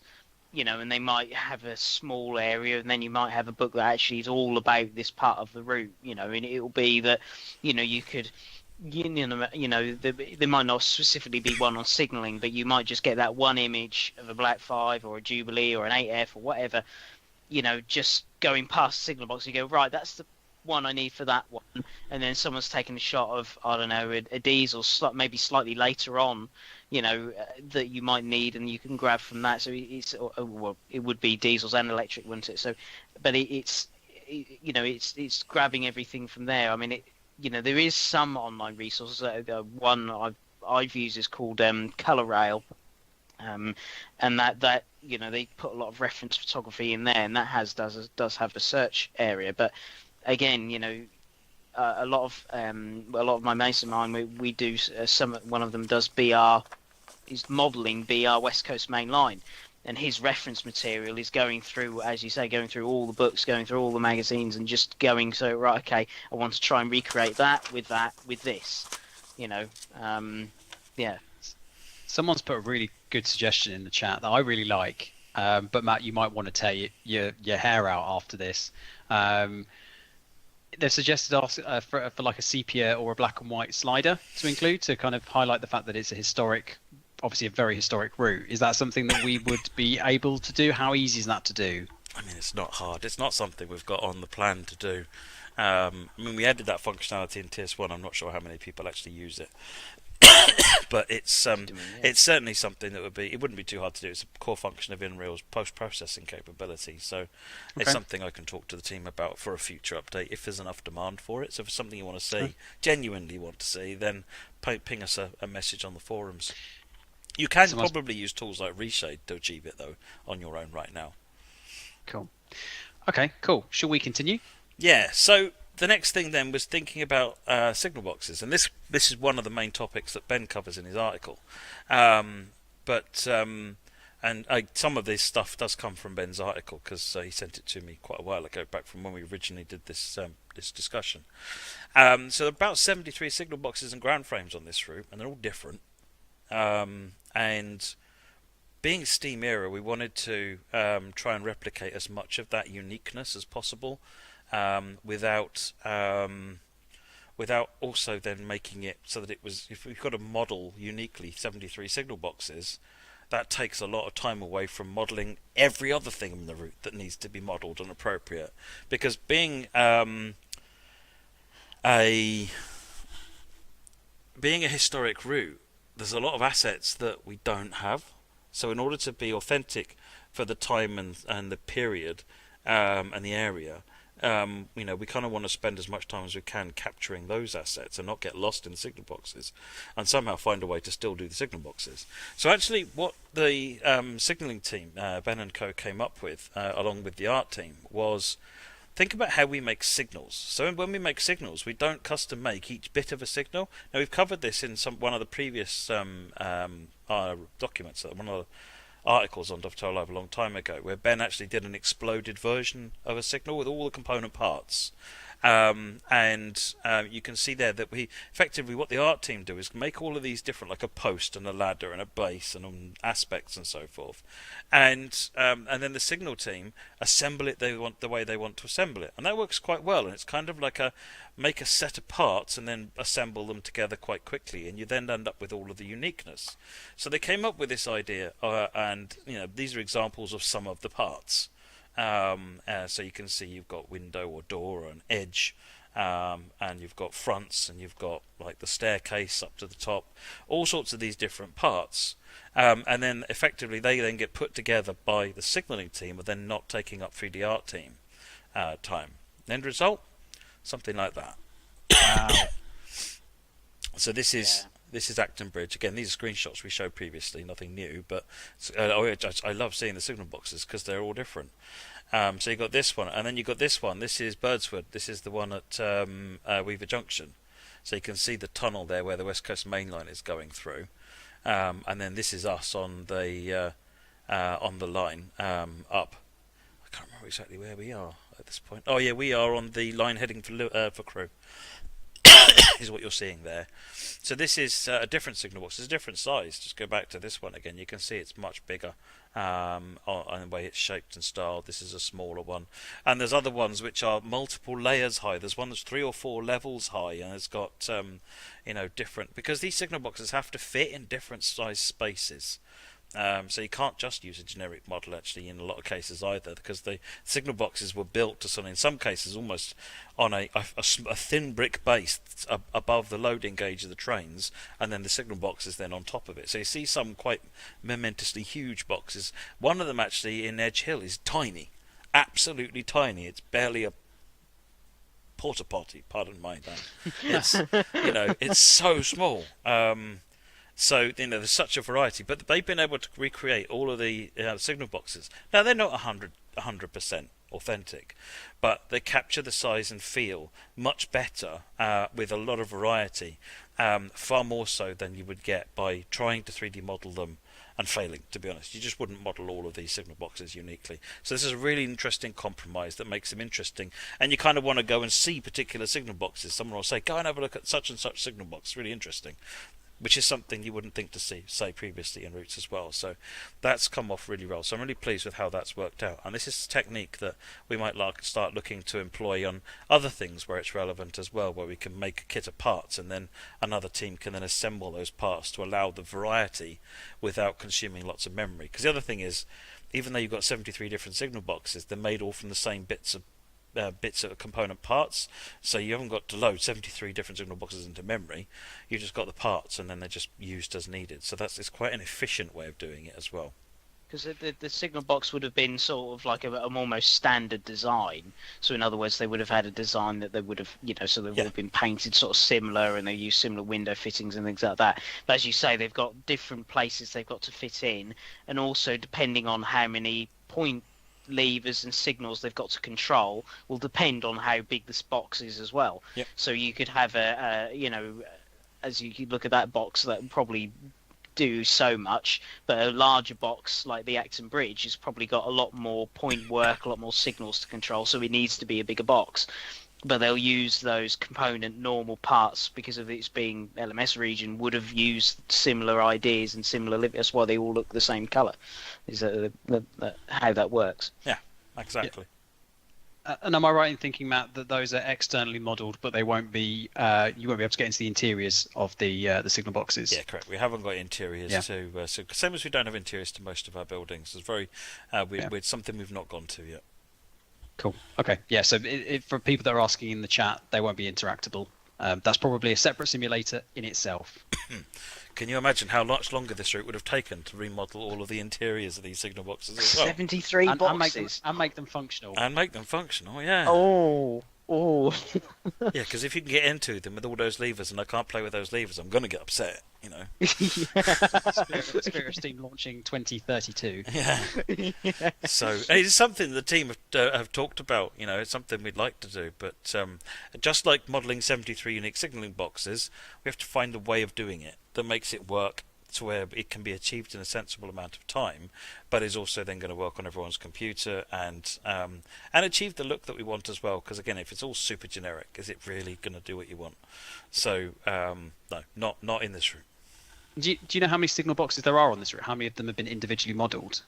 Well, like I said, every signal box is constructed from these kit parts. So every signal box is uniquely constructed with a set of parts. There is how many of those end up looking entirely different? I couldn't tell you, but I know that they've looked as much. If they've got reference what it looks like, they've followed its how many windows has it got, how many floors has it got, and those kinds of things in there. So it generally follows. If you look at a photograph of a signal box, it should look pretty similar when you see it in the game. Yeah, and how many total on the route? 73. 73. That's quite a lot. It's quite a lot. There's a lot of bell codes. There's a lot of bell codes between boxes. I must admit. You imagine, how a train going from Crewe to Liverpool. How many different, because each signal box has got to contact each other. It must have been incredible. Yeah. Yeah, and that jigsaw approach is obviously because we get. Obviously, with the way that we would normally use something like Google Maps, for instance, you'd be able to get viewpoints from all different sides of a building, whereas I suppose from photographs you might get one side of a building, or you might get a particular angle. Trying to kind of recreate that, I guess this jigsaw approach is probably the most appropriate way to doing it, because you probably are not going to have all of the information that you need for each of these individual signal boxes, because you don't have all the angles. But fortunately, as Jamie said, because they use generally standard design, it kind of like if you know what the standard design looks like from the 4 different sides, and you know how they handle multiple tiers, because you've got a couple of shots of multiple, you can then kind of extrapolate and and get a reasonably good idea of this is probably quite close. And then where you've got specific knowledge, then you can back that up or and so forth. But it's so it is an approximation, but it's significantly better than 1 or 2 types of signal boxes copied and pasted everywhere on the route. Yeah. Okay, cool. A couple of other player questions just before we move on to the next section. Will the AI characters have old clothes? Yes. So we're having a whole new set of clothing created. Obviously, the driver and fireman are being modelled at the moment with their own set of animations. And we'll have 1950s period clothing and cars. Oh, cars will be fun. I like the I mean, sound that's of that. one of the reasons I didn't want to take screenshots of the route from where it is at the moment. I've got to be honest, because I was taking screenshots and going, yeah, but these 2022 people aren't doing it for me. It's like they've all time travelled back into 1950, you know. Yeah. Oh dear. But like anachronistic to the extreme, really, isn't it? It looked super odd. So it's a kind of like, no, it's actually not far now, not long now until the characters appear as well. So, will we see our own fireman? I'm not going to say yes or no to that one until I know for sure where the team get to. I know where they want to get to, but I'm not going to make a promise on that one that I might not be able to keep. So Cool. Bear with us on that one, and I'll demo it to you when we can. Cool. And there are questions about layers onto other different routes. I mean, WSR is kind of the one that's been mentioned quite a lot. We did mention earlier that we were hoping to, I think, bring one of the WSR locos into this pack. Am I right in thinking that, Matt? If I extrapolated that correctly? No. No. Sorry, it's Sunday evening, everyone. Repeat what you said earlier, Matt, about the locals that are part of the pack and what kind of moves on to what. So at the moment, so you got the Jubilee, the 8F, the wagons, and the Mark 1 coaches. As at this point, we're not adding layers to anything else to bring them in. So as at launch, they won't be anywhere else. We have got ideas for where we wanted to bring them. So Northern Transpennine and West Somerset Railway being two big examples. But I need to work out how we schedule getting that work done, because it's not trivial. And then we can work out, maybe a mixed steam diesel timetable for West Somerset and an all steam timetable for West Somerset. There's a number of possibilities, but none of this is in the promise category. This is at the moment I don't actually have someone to do them. Everyone's busy, so we want to do it, but and we'll let you know if we're able to. Yeah.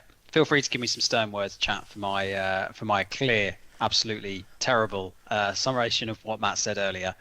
Bad JD. Okay, shall we move on to the next part, Matt, which is where we're talking about what's kind of happened since we've shown off different bits and pieces. We've obviously kind of gone over everything that we've just shown with players beforehand, kind of pull it into one thing that we hope everybody will be able to come back to and say, well, actually, this is kind of where we're at with things. What have we done since we've kind of showed off at the Festival of Rail? There've been a couple of opportunities where we've talked about other bits and pieces as well. What have we got in the bank that we can show, but we'll talk about tonight for players? So we've got nothing we can show, unfortunately. So other stuff that's happened, particle effects for the steam, and that's a big one. And linking them to the simulgraph physics side of things, so that they are linked to all the valve events, so that it's not just literally, puffing 6 times on a Jubilee or 4 times on an 8F. They're actually linked to the valve events inside simulgraph, and then equally the sound has to be hooked into all that stuff as well. So we've gone through quite a bit of getting that component all sorted out and getting working. So and the particle effects all react to the environment around them. So when you go under footbridges, all the footbridges have got the smoke deflector plates under them. So as you fire your steam engine under the smoke deflector plate, you'll see that it deflects around the bridge. And if you go in like the trying to think whether there's even a tunnel. I don't even know if there's that many tunnels on this route. But you go under bridges and so forth, you'll certainly see the smoke being deflected around. So it's really good to see the days of smoke flying up through bridges and tunnels is finally behind us. That used to be in TS like that, didn't it? I think everything's like that. It's the first ever time, isn't it? So this is the first time we've seen the particle effects not doing that. So that's I'm really pleased with that. That works really well. There's still some tuning going on with the particle effects. They don't look quite how I'd like them to get to, but they're pretty close. Sound is going in. The team are getting a lot of stuff in related to various noise events, but there's an awful lot related to getting the chuff sounds in and working across the 2 trains. And then it's going to be a question of just like listening to all the recordings that they've got, and then listening to doing the same thing in the game and trying to work out what we're missing, what's not quite right, what can we tweak, what can we tune. So the team are going to be doing that probably fairly soon and getting it all tuned up. But they do sound, even with the sort of the early sounds they've got at the moment, it's actually fun to drive. They've got some good physics. We've got some underlying physics challenges going on with Semigraph, where it turns out the more accurately you simulate something, the more accurately you need to simulate something, so we've had interesting situations whereby Steam has been going. We've had problems where the power exhibited or delivered by the Steam system hasn't been anything like the power that it should be delivering for a system that's configured in the way it is to match the real numbers. And it turned out that because Steam doesn't have momentum in Semigraph, it can instantly change direction, which means it can go places it couldn't go in reality. In terms of, like, if Steam is going down a valve in one direction or a pipe in one direction in reality, then it's difficult to get Steam the other way. But because it can change direction instantly, we found actually Steam was getting places it shouldn't, and that was where all the power was going. So, things like that, just really, absurdities that when you look at it, you're like, oh, of course it does that. So they've implemented stuff to fix that. So there's some really, really fascinating. Semigraph development is always really fascinating because as you build the system, you get these problems that come up, which are not. Ultimately, they're all bugs in code, but they manifest as like real things. Like if there's a leak somewhere, it's weird. It just manifests like a mechanical problem, not a coding problem. And so you're trying to chase down what this is, and is it wired up correctly, and is the tube too big, or is the valve not shuttering fast enough, or no, there's a bug over there. Right, okay, we can fix that. So it's kind of there's a lot of really cool stuff going on with getting that there now, and the Steam simulation is really getting into a nice place. What else is there? The HUD for firing systems. HUD's mentioned a couple of times. Yeah, so there's a new HUD that will appear on the bottom left of the screen for the firing side of things when you're on a steam train, so boiler pressure and all of that stuff. And getting the controller support in, that's going in at the moment. So it's kind of like, there's so much going in now and rounding it off that I wouldn't want anyone to think that we're nearly there, because the last 20% is 80% almost of the time. Sometimes it's actually, this is where we're getting to a point now where most of the component parts are there in roughly the right shape. Now we have to polish it, and it's kind of like, not even the fine tuning. It's the fine tuning. It's making sure that we need to go through tutorials. There's some quite a bit more complex tutorials in this, at least from an implementation perspective, to try and teach how to do. We've got a signalling tutorial, teaching the semaphore signalling system. There's firing tutorials. There's driving tutorials. There's quite a bit more going into the gameplay side of things, and so we want to make sure that we've got that right, and we're not missing anything. Yeah, I mean, we're going to be. I've already volunteered myself and the CM team to be the guinea pigs for the tutorials for it. So for all kinds of types of expertise. Next year, folks. Yeah. So I mean, you've got the experts in Jamie, for instance, who are probably going to approach it from a very different way than I will as a non-expert. Well, as long as you don't ask him to change points on foot. Yes. I mean, that's me too, to be fair. But... Yeah, I mean, I must admit, because I've been having a look at the tutorial, because I've been helping to sort of get some ideas. I think that some of the team had sent me over, and it's about, almost trying to get an engineman to try and explain it to you in a simplistic way, because I've been taught when I've been doing Driver for a Fiver and things like that, they tell you the sort of basic controls, but they don't tell you sort of like you need to change this control in order to this work. So for example, like the ejectors on the braking, so you turn the ejector on in order to get the vacuum to work, and things like that, and make sure you got your blower set depending on what sort of thing you're doing and things like that. It's all those sort of instructions, which you need to know. Yeah, and then the semaphore signalling is a bit different to what you've been used to with colour light, so we just need to explain it to everybody. So, like I said, the team are going through to the point now where they sort of like the first passes of these are kind of complete-ish now, and at this point we can now polish and fine tune and twist and get these things into the right shape. So it's all really coming together now. And the route is, some bits of it at the moment, it's not finished yet, but some of the bits that are looking closer to finished are just stunning. One of the lead designer for the lead route builder took a bunch of us on a build review down the route, and some of the stuff he was calling out where he's like, yeah, this bit's kind of where I think it should be, and I was like, oh yeah, that'll do. If the rest of the route looks That'll like do, that, Donkey. That'll do. if the rest of the route looks like that, we're done. We're good. You know, it's he'd really captured. So, for example, at Speak, there's an engine shed, and he'd really captured his team had really captured the sort of the griminess and the dirt and the one of the things he said over and over in the build reviews, I want to see less green. I want to see less green in this route. I want to see lots of browns and blacks and oilies and all sorts of grubbiness on the thing. Like bridges should have the stains from the smoke from where steam engines have gone through them. They're not just clean arches; they've got the big dirt.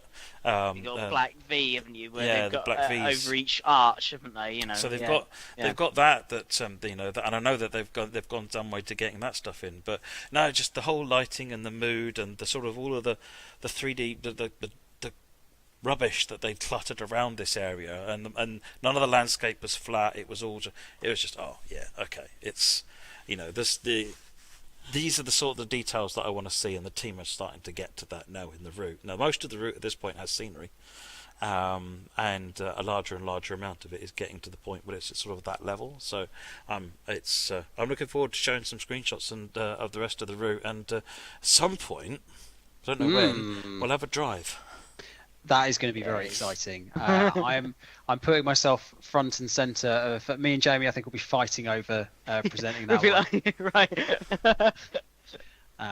But that will be really exciting. And it is important to highlight at this stage that there is still, as Matt said, a fair amount of work still to do, and we don't have all of the answers at the moment as to exactly when we're like 20% is 80%, as what Matt said earlier. So there might well be things that crop up which mean that certain bits of work take much longer to finish than others. We want to try and get this as absolutely spot on as we possibly can do. So we're not going to rush it. We're not going to go too quickly with any of this stuff. We want to try and make it, again, we spent a lot of time on this already.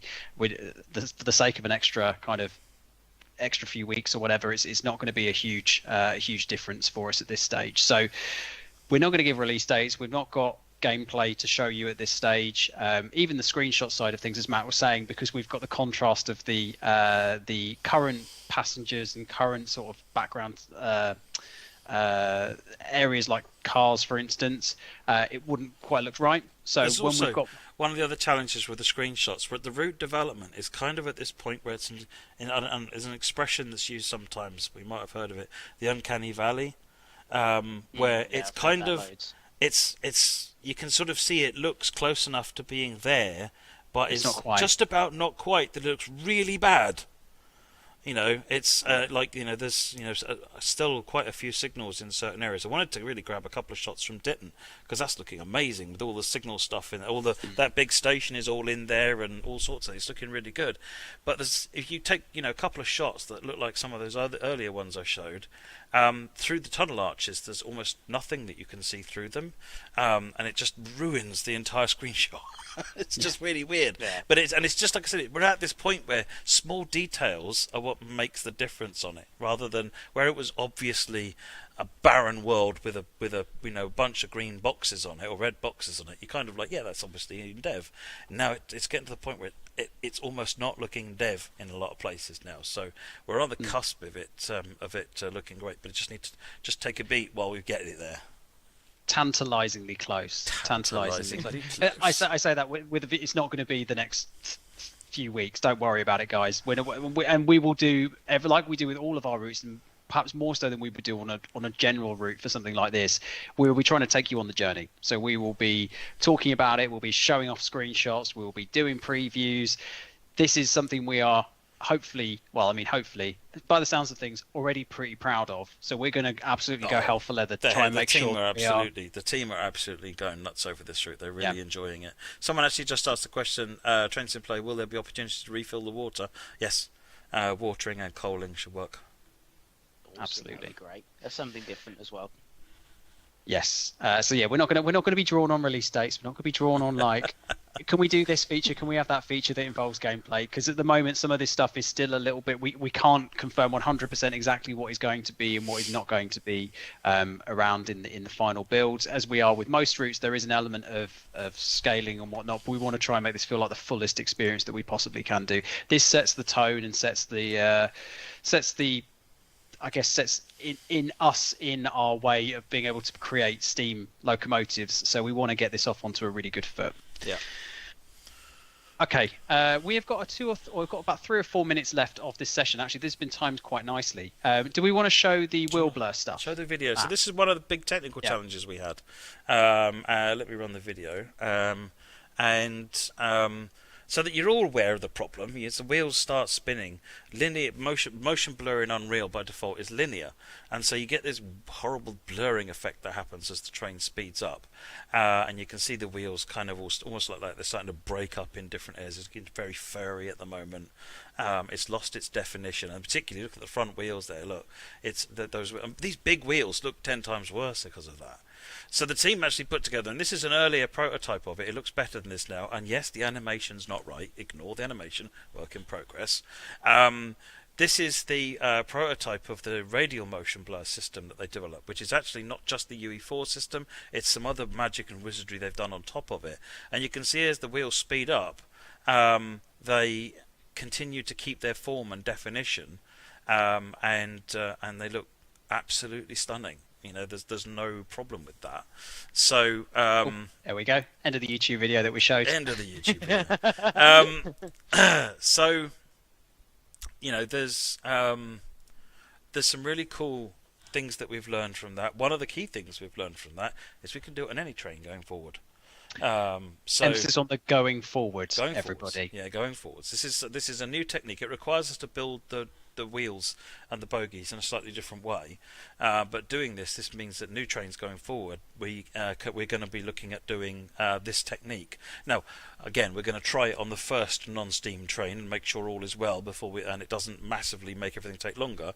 But the current, estimations from everybody, having done it on steam, is just like, there's no reason why we shouldn't be able to do that. So let's try that on the next one and prove that theory. So, this is not just a thing that's just for steam. Potentially, this will affect and improve all of them going forward. So that's quite exciting. It's not as simple as just saying port this onto the old stuff, because it requires us to rebuild things that are already in there. So it's not quite as simple as just saying how achievable it is to backport. I wouldn't there. Want to comment, because it's not just even a tick box. We have to.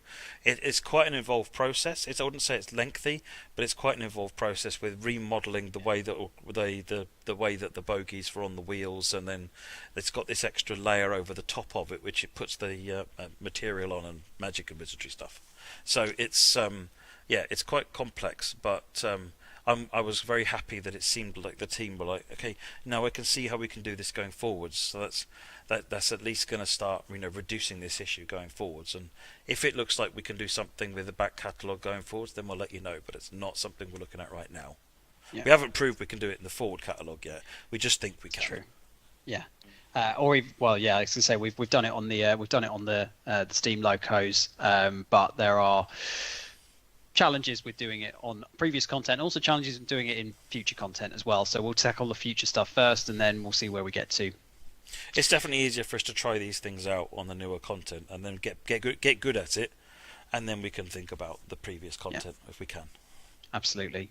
There are people asking very specific questions right now, and that's really great. It's great that everybody's excited and enthusiastic, because we definitely are as well. But those are things that we'll probably cover in preview streams further down the line, particularly a lot of the gameplay related stuff, because it means that we can focus on and show it to you rather than just talking about it in general terms like we are tonight. So there are lots of questions. We appreciate that, and we are absolutely going to answer them at some point. We're still quite a long way away from release at this stage, so we don't want to give answers that are either going to change, and we also don't want to give you information where we can't show it off to you.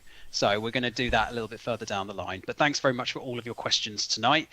We've just hit 9 o'clock, which means that in keeping with this very on-time stream today, we're gonna kind of park Steam there for the time being. But thank you very much for everybody for all your questions. We are going to, in terms of next steps, we have the article going out early this week, early next week even, which is going to go into a little bit more detail about the signal boxes and some of the challenges with using older source material for the route. And that's been written by Ben, which is great. I've read it and it's a really good, really in-depth article, so that'll be coming soon. And then we'll be showing you more stuff in the coming weeks to go on top of what you already know about Steam in the build up to us getting to a point where we're happy to announce things like release dates, do preview streams, all of that kind of stuff. But we're progressing. Things are going well. We are trying to overcome all of the challenges that we're seeing with building a route like this.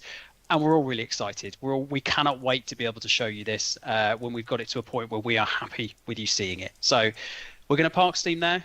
And I'm going to bid you farewell for the evening. I'm going to take you. I'm going to pass it over to Matt and to Jamie, who are going to be able to do something with. We're going to do a let's play with West Somerset Railway because it's West Somerset Railway's 160th birthday this year.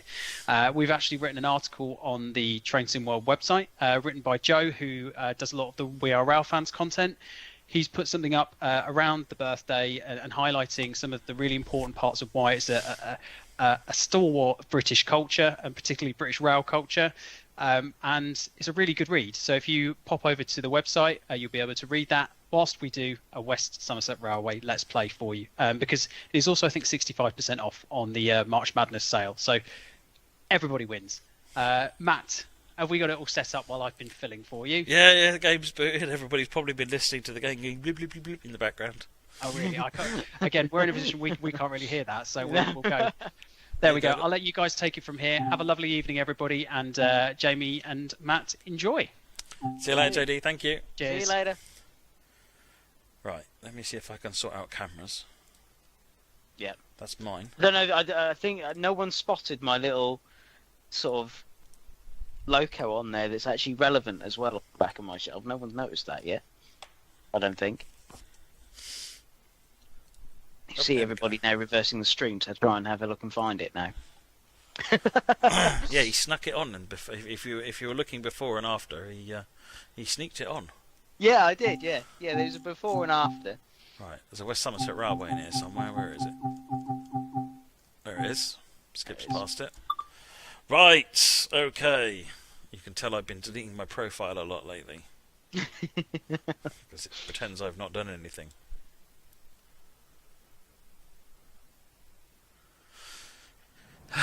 So I'm thinking, let me know if you disagree, bit of Crompton on the biggest train.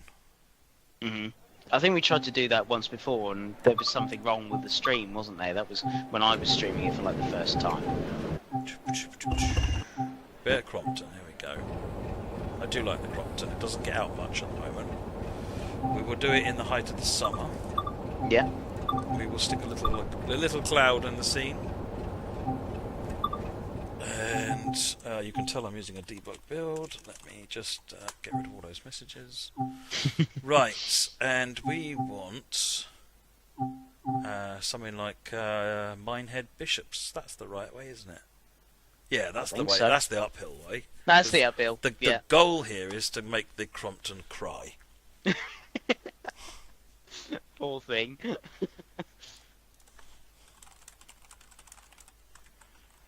Right. Now, next question. How do you drive this train? He thinks I'm joking. Right, okay. Put that in. Oh yeah, master key. We need that one. Reverse. Yeah, no, that normally helps. One. Yeah. Right, there'll be lights around here somewhere as well. Destination blind light. Instrument lights. Okay. Oh, it turns red. Look at that. Pink. We're calling it pink. Marker light. Marker light. Headlight. What have we got on the front then? Close enough for me. Dark pink. Yeah. What have we got over here then? Oh look! This is Adam's timetable. Oh yeah, look at that. It's got BMU in it.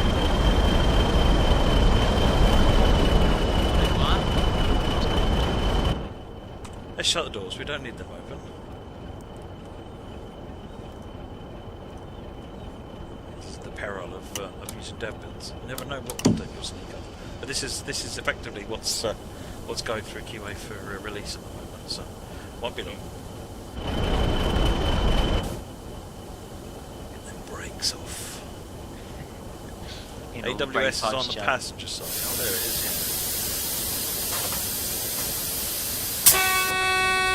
There we go. Hey. Yeah, still no one's got it yet.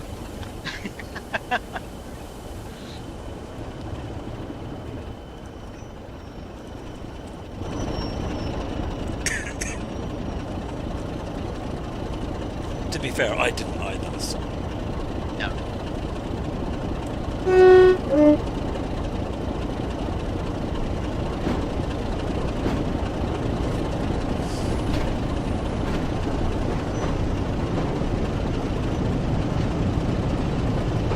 Yeah, you can see the trims around the side when in the coaches that you can't. Yeah, I've never seen that before. Just don't even know that. So when I'll go up to the end and you can see the bogies on the Mark 1's completely different. Yeah. To the ones that are Sort the of older typical style. bearings, mate.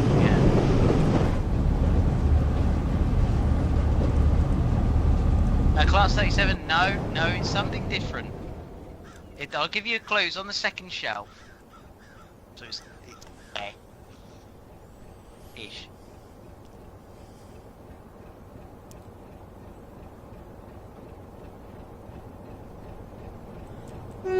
Case.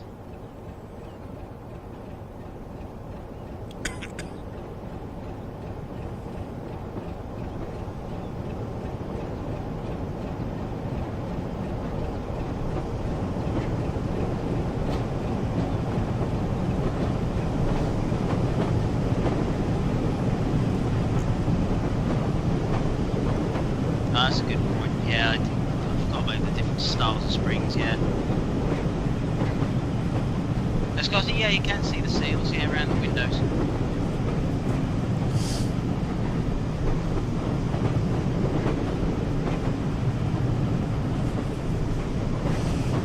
It's in front of the warning sign.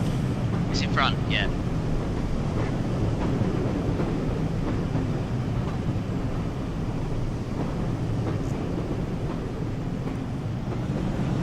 Yeah, that's my dad's dark. There's one out of the corner there.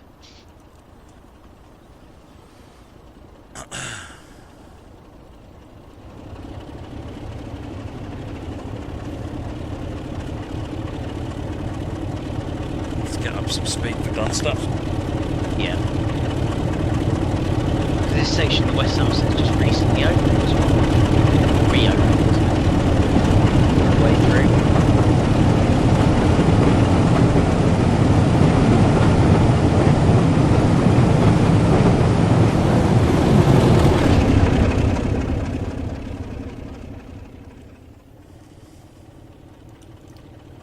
Get some nice rail fan shots.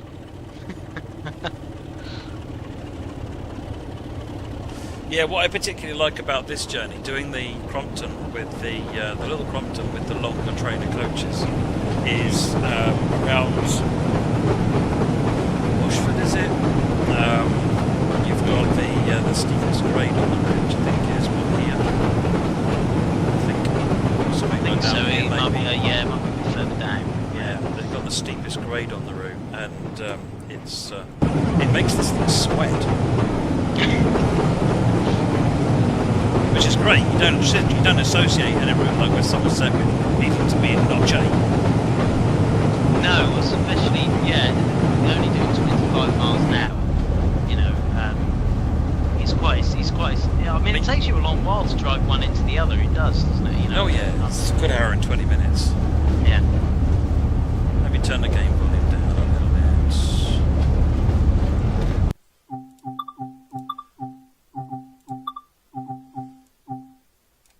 Yeah, that is high. That's a bit better. Yeah.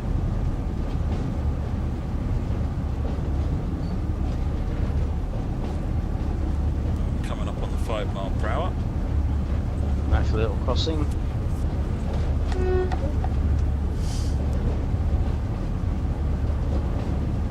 Dunster, before they were running into Minehead, they had to do like this weird sort of shunt release manoeuvre, didn't they? So they had I think it was an 03 shunter. So locos would have come from Bishop's Lydiard, and then 03 would go on the back end of the train, pull the set all the way through. Loco then gets released, goes into the side, and the 03 was on, and pushes the set back in before they reopen back to Minehead.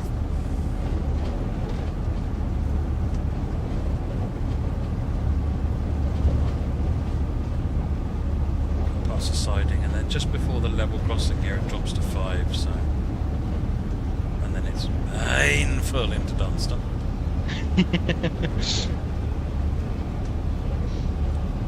It's quite a short platform as well. Dunster, I think. No, it holds the full length of the train. Does it? Oh, I can't remember.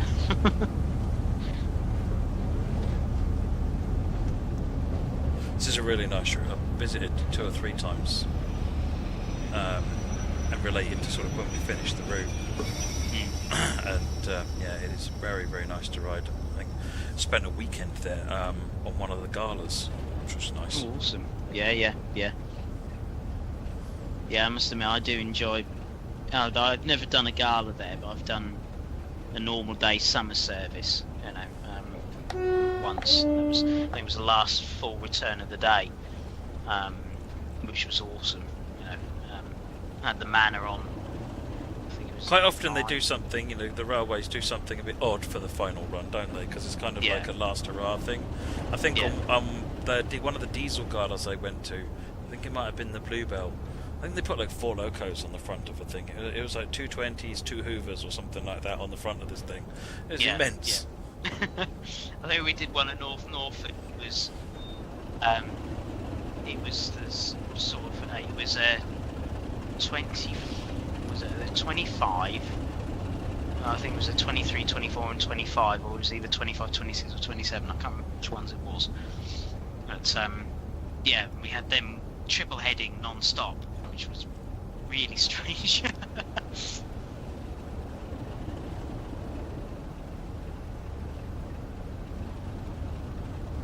Yeah, I think when the 50s were, I think it was in the Bluebell, they were, I think they were doing like every 3rd or 4th run or something, whenever it coincided, and they both ended up at one end, they then double head the next one, and then split up and do different runs again for a bit.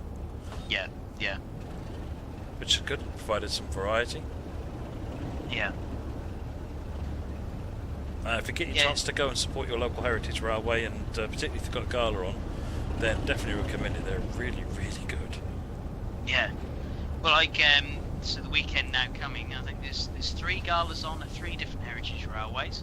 So you've got the Norfolk Railway Springsteen Gala. We've got 41241, which is the Ivet 2 tank from Keighley West Valley. Then you've got Spa Valley Railway down to Kent Way. You've got first time that there's 2 Scottish locomotives, 419 and 828 are meeting. And then you've then got Didcot Railway Centre, have also got Pendennis Castle, the first time it's steamed for the public in, I can't remember how many years it is. Wow, years yeah, it'll be a while. Yeah, so there's 3 awesome events on, so go and support them. There's awesome things going on. Good evening, Chris.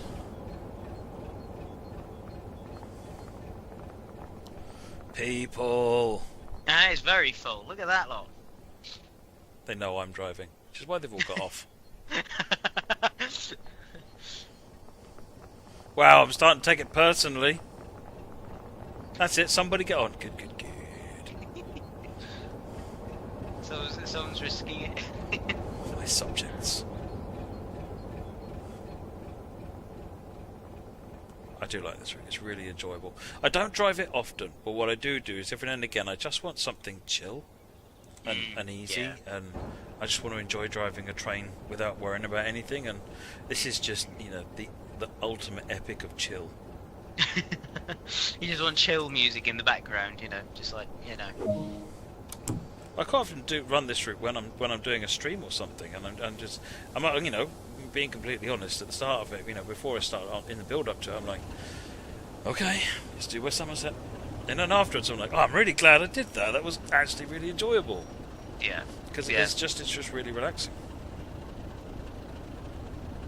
Not only that, you get to have the Crompton on full throttle for a little while. It's like anything to thrash a loco. You're just like, yeah, right, okay. Thrash the Crompton, no.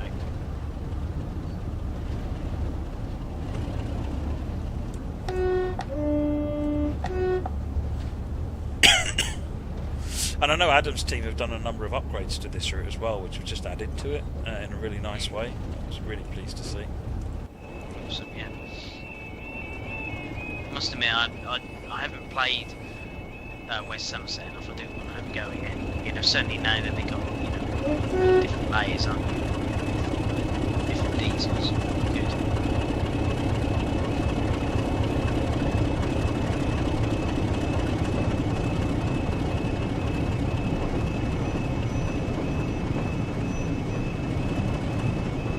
Nice shot there.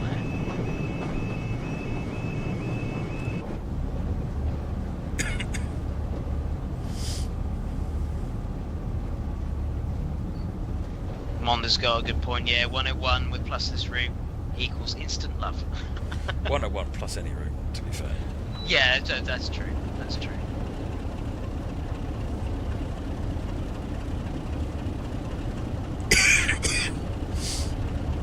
Yesterday's a jet. Yeah, they've got the Caledonian tank, haven't they, down for West Somerset in May? Yeah, that's going to be interesting. Yes, Class 37, yes. Class 37 was looking absolutely spectacular this weekend. Yeah, it was its 60th birthday running day, so had a recently overhauled, or recently repainted Suburbans, which looked absolutely fantastic. So when it was all just very, very clean and polished, it looked brilliant.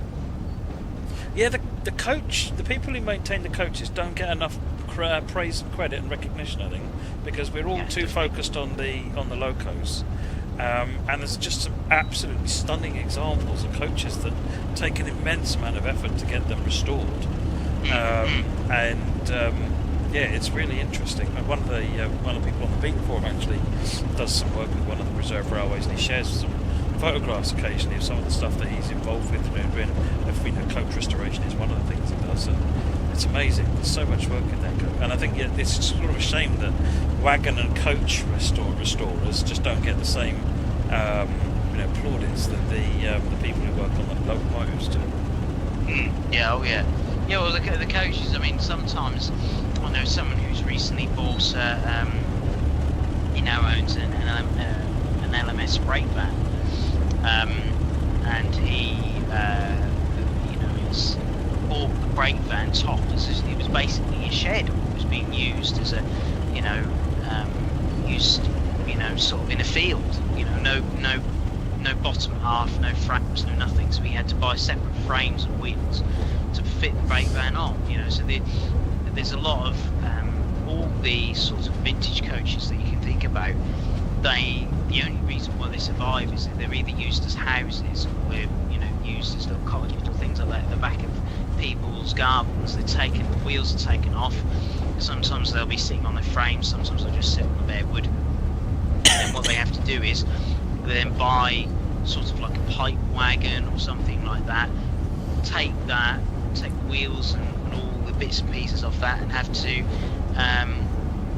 sit it on the bogie. It's quite amazing,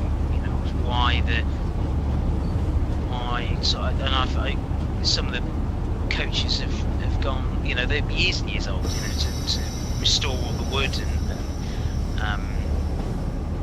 everything's brilliant. Yeah, it is. It's a real challenge. I think that one of the things I like seeing when I go to the Preserve Railways is the attention to detail, or the old style coach lining, and they generally use the old style techniques. One of the things they think they do at a lot of the Preserve Railways is teach the staff in the old ways, the original ways they used to make these things sometimes as well, particularly with the old techniques of coach lining. So it's really interesting. It's sort of, when you go to a Preserve Railway, you're going to ride on a coach. Look around it. Don't just worry about the loco. Look around the coach and enjoy it. Yeah. It Always just love, like, happen. Yeah, I always love looking in there, sort of where the doorways are.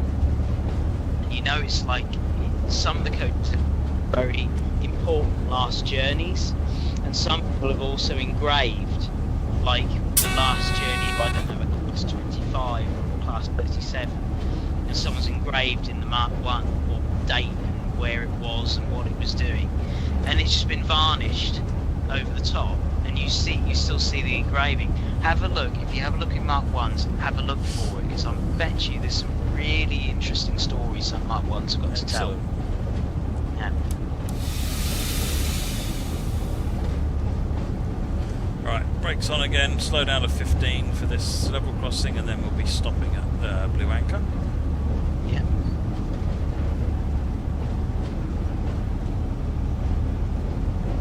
Well, artful is just like, you know how people used to carve in trees, didn't they, years ago? Well, they did it in Mark 1s.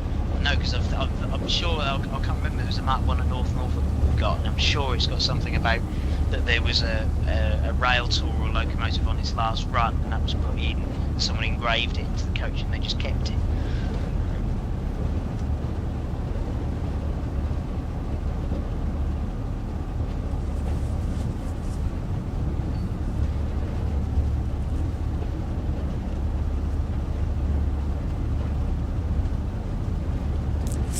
Right, let's go into Blue Anchor now. The speed limit's dropped to 15.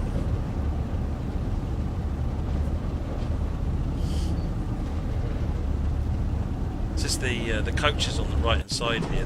They're a holiday home. You can book them to stay in.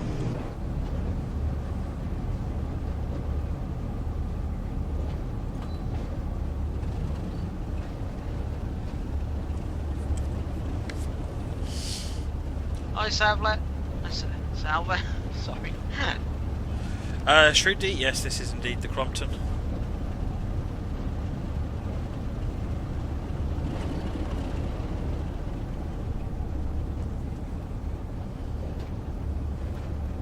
Big caravan park over here as well.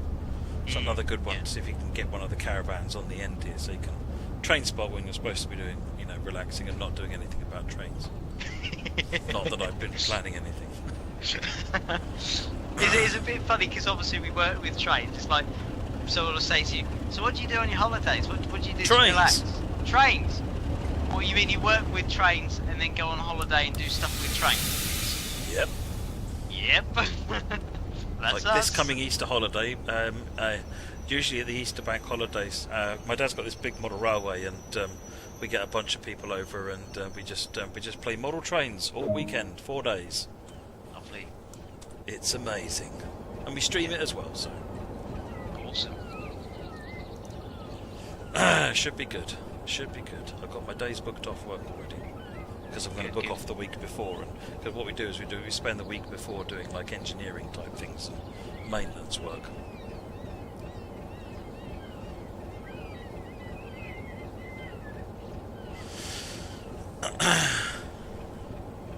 Yeah, I do like this room. These are the holidays. This is the caravans over here.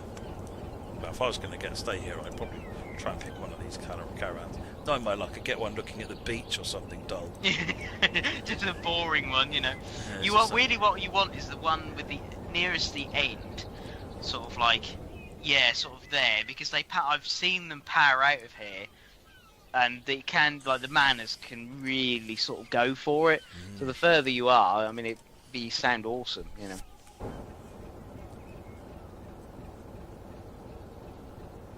Oh, look, those. I've got a green.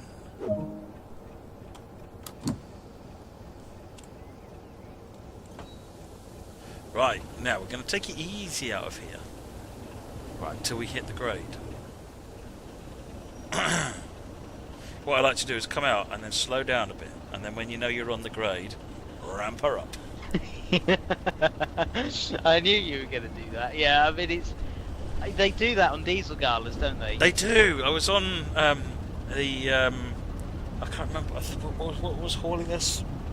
I think it might have been 37. And we were in the like a BG, just behind, or a BSK or something, just behind the loco. And then we could feel the train slowing down and slowing down and slowing down. Like, oh, there must be something up ahead. And then what happens is the wherever we were, I don't know which railway this was. It might have been Bluebell, but it goes up a hill in a tunnel. That's Bluebell. That's Bluebell. Yeah. So basically, as soon as the loco was in the tunnel and on the uphill, he just opened it wide up, and it's just like there's the group of kids, and the younger people, most of us being kids, frankly. But by the time we were in this coach, they were in rapture. Frankly, it was it was just epic. The noise was phenomenal. Oh yeah. And that's a brilliant part of the line, because I've had steam locos there, and the driver give it a little bit more, and you just like, oh my god, the noise echoing through the tunnel. Seven Valleys, the other one as well, isn't it? Where it comes up through the top and you get to the top. Yeah, that's as you're heading out of Bewdley, isn't it? Heading south or west? Heading towards Kidderminster. Is it towards Kidderminster it goes up? Yeah.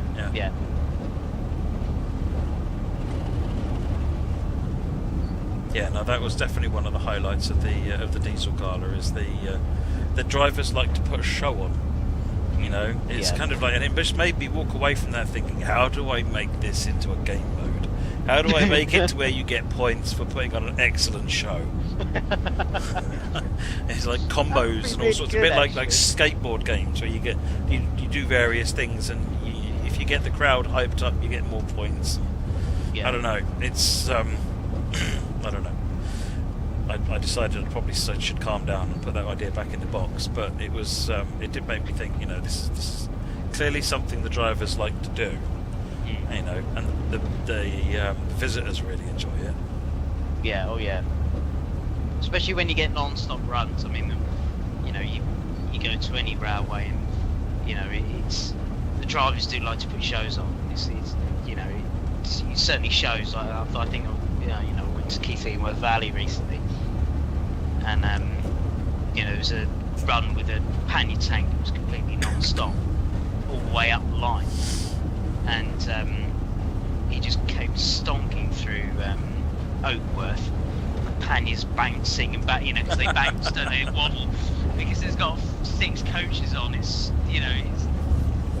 it's not far from its limit. I reckon it could probably do a bit more, but yeah, it's waddling and fantastic.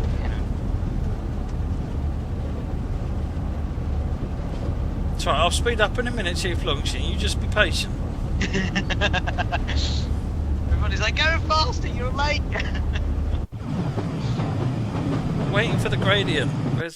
You see? This is what I'm waiting for. That's what you're waiting for, that.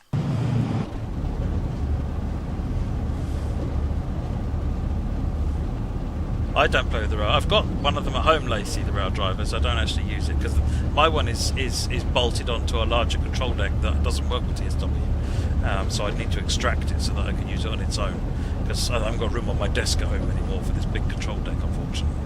I'll make room when it works with TSW, but not for the moment.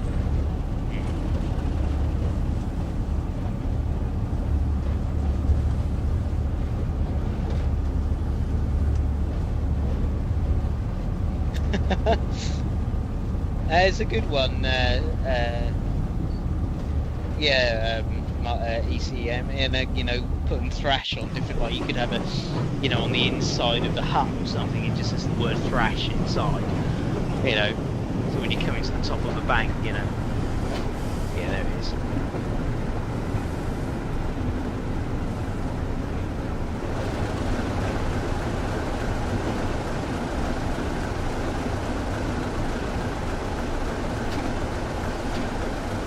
Yeah, Class 37, yes they did, yeah.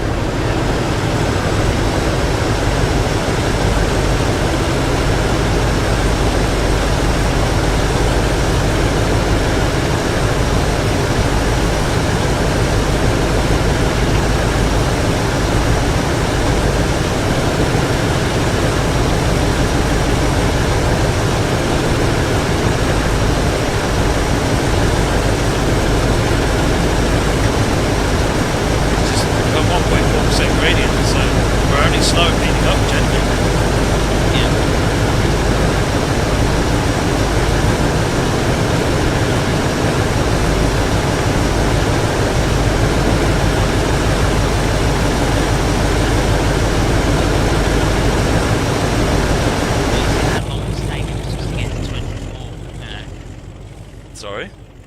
To get to 24 miles an hour, it's still taking, with a heavy load on,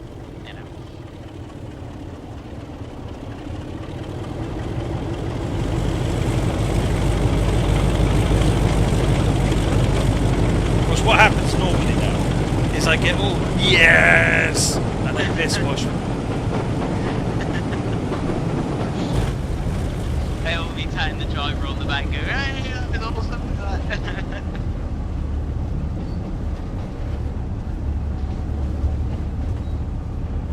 Love that hill.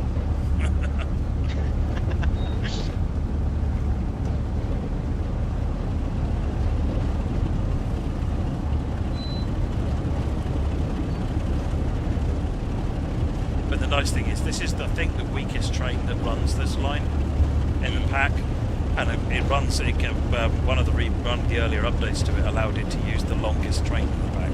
So it's kind of like this is the most thrashy combination. Yeah. I want to have a go with the class 20 on this or something. Which I haven't done.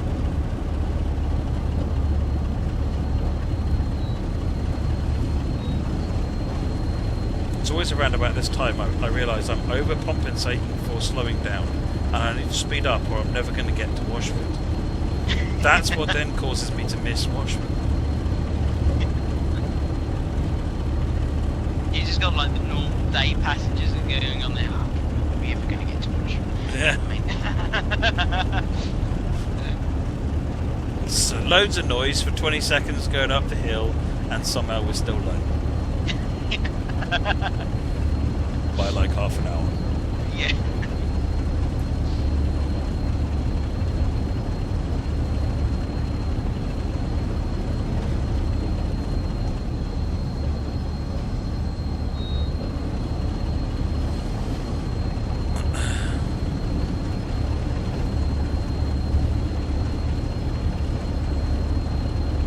Yeah, we're still 1.5% even at this point. You can actually see the grading at Washford, can't you? Because you can see it actually coming up from the bottom of the platform, can't you?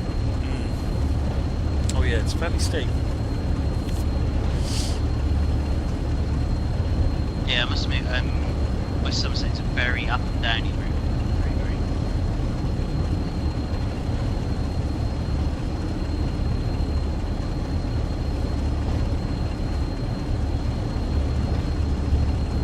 Lacey, you could just back up your save games folder.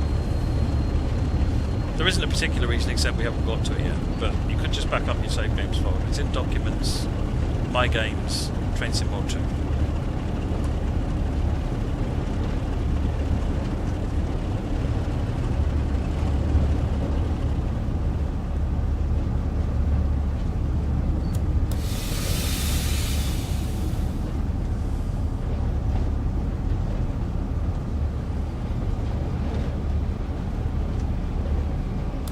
Interestingly, the line when it was first built was built at broad gauge.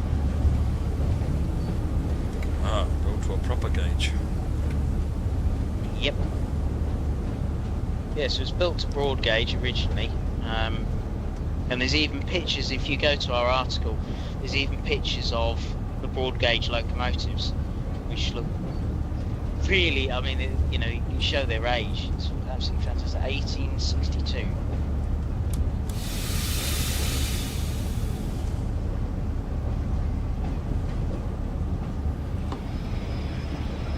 Oh dear. I always misjudge these vacuum works. I haven't done much better this time than I normally do. See, the coach is mostly in the platform. It's just the first door. I mean, that normally happens anyway. It's a bit of a jump for someone. It's fine.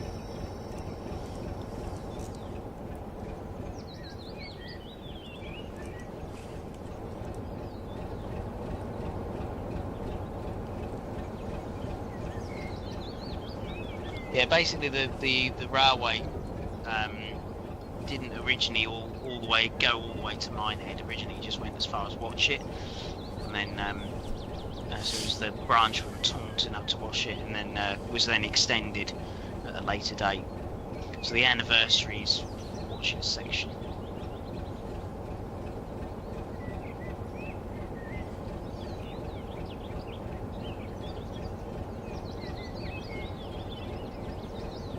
passengers got the lights on, they're probably sat in darkness.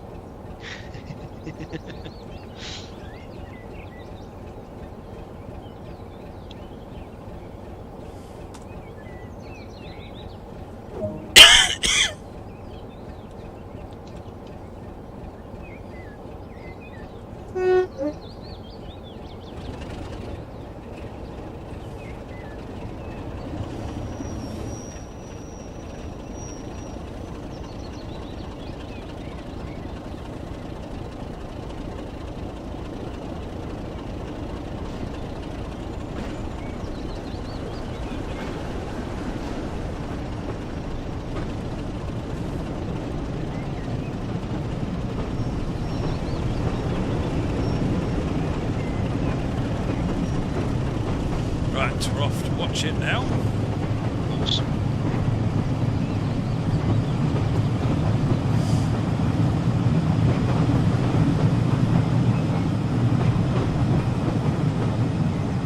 So I know someone was asking about the gradient, because it was 1.5, so it's a 1 in 65 up to Washford. We're now about to drop Let me down put to it 1 in in 74. English money. Yeah.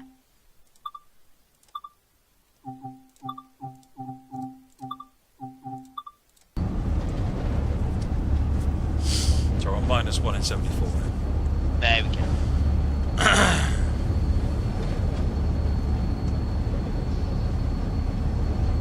I didn't know you could do that. I'll have to use that in the future. It's automatic, but you can override it. Ah.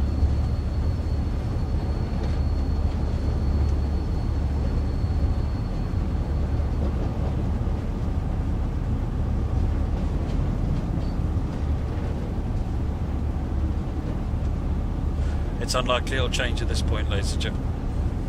If you want to send me your feedback on the forums, though, I can put it aside in case someone does get to look at it.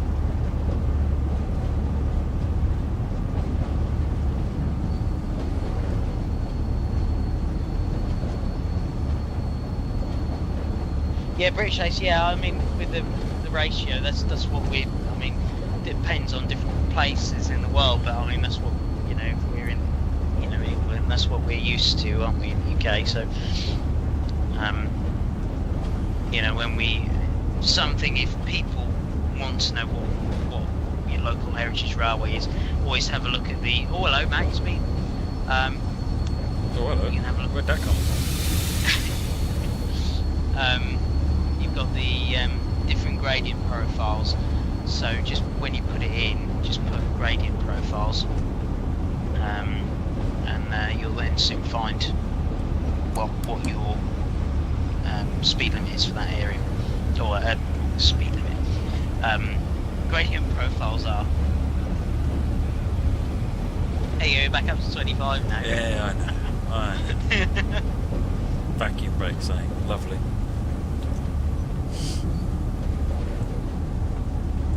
Someone earlier on asked, Michael Bailey, how do you play scenarios on Creators Club? Having downloaded it, so let's say you download a scenario for West Cornwall Local, then you can go into West Cornwall Local, into whatever the route the scenario is for, and then go into Scenario Planner, and you'll find the downloaded scenarios in the Scenario Planner for that route. We are looking at making it easier to find this and play the stuff that you've downloaded, but that's where it is right now.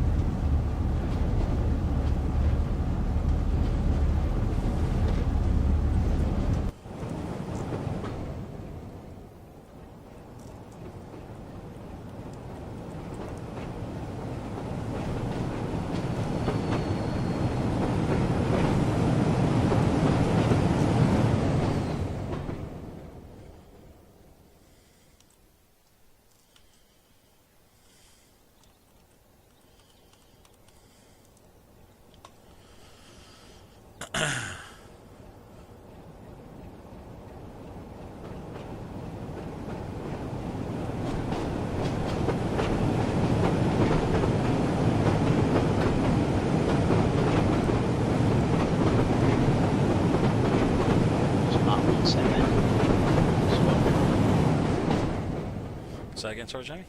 It's a nice Mark 1 set as well.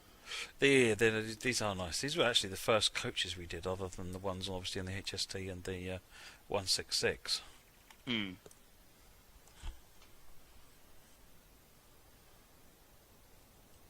Class 37, no. Do you want to chat? Do you want to have another guess? And then if you don't get it this time, then I'll show you what it is.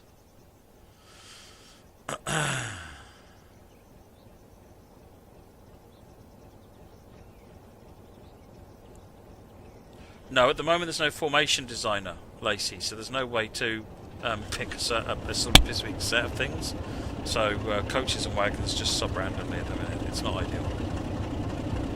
But formation design is a big project. It's something we want to do. But news on that when there is news.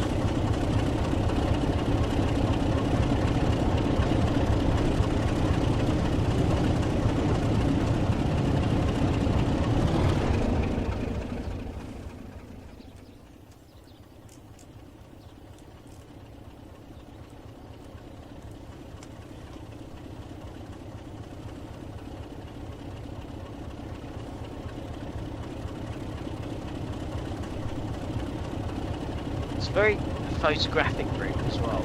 It's lovely. Everywhere you point the camera is a nice scene. Yeah.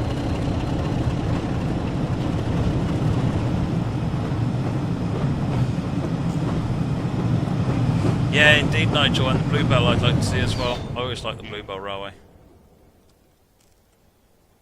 You know which one I'm going to say, but I'm always biased. Well, at one point I was going to make the Norfolk Railway in TS1 a long time ago, but Yeah. everything got in the way.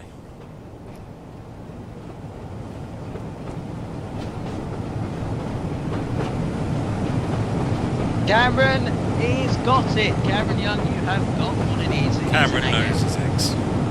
Yeah. It's an 8F on the shelf. And a Mark 1.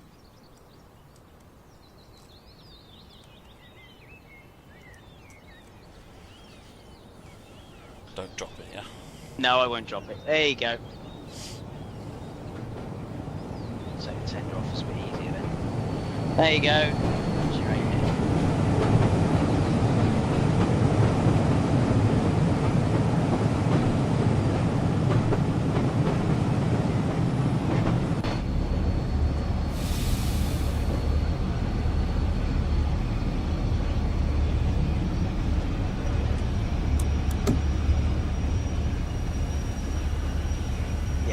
This is a different design AF, Cameron. This is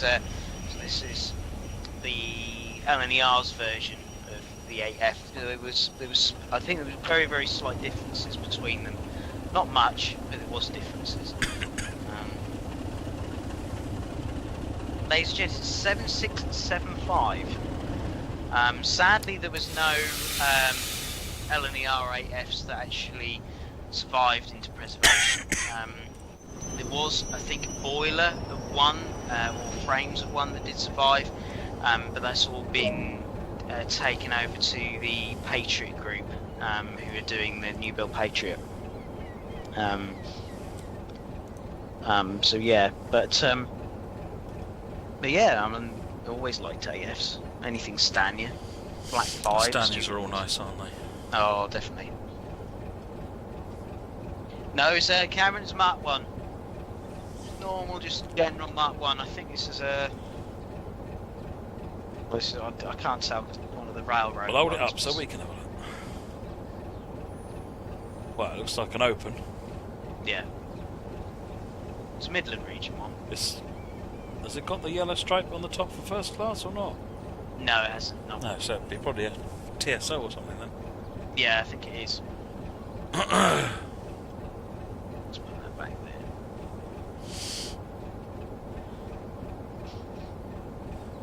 There's a really nice model of Bluebell on Steam Workshop for TS1.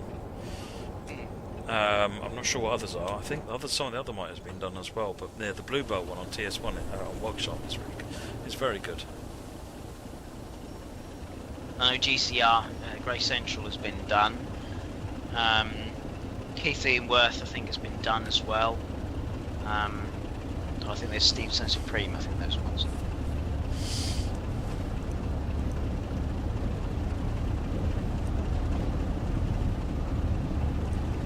This is quite heavy grade out of here as well.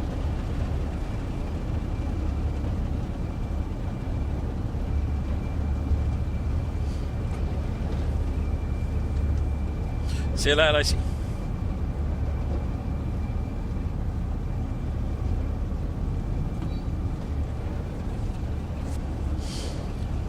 What we're looking at.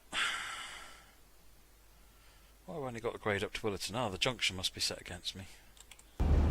Yeah.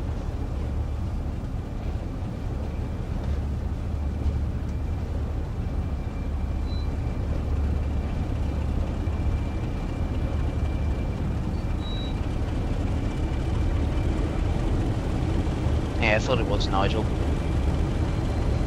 Yeah, I know that. I know Keeling Worth has just been done. So, but I know that I remember when I used to,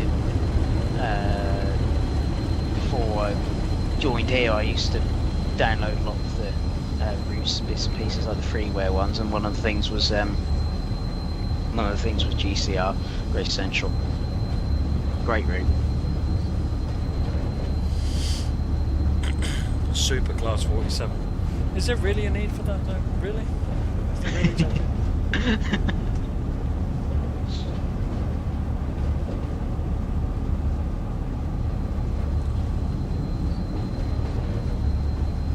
I say that, with 2 or 3 people in the company keep asking me for one, something like that as well. So you're not you're not the only one. I'm seeing it as a low priority. I'll tell you what we do need. It's a pump trolley. Oh yeah. Oh yes. Or as I call it, the destroyer of keyboards. Yes. Now, wouldn't that be awesome for a challenge and a half?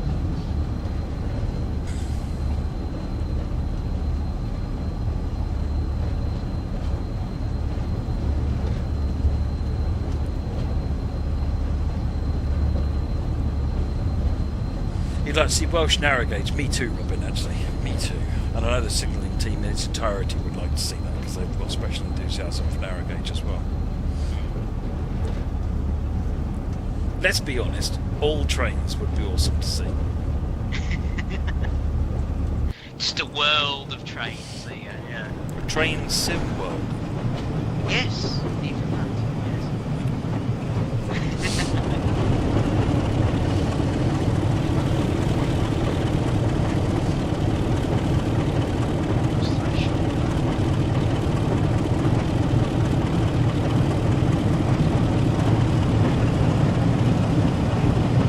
Doniford Holt.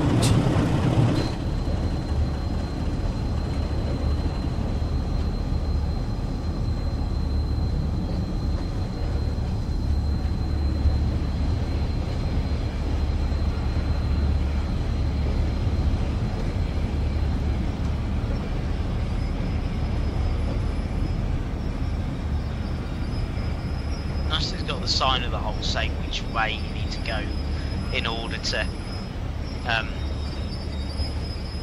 go to the station you need to go to, which is quite nice. I must admit, there's quite a lot of that in the BR days when they used to have the station signs and they used to say like light here for such and such. Yeah.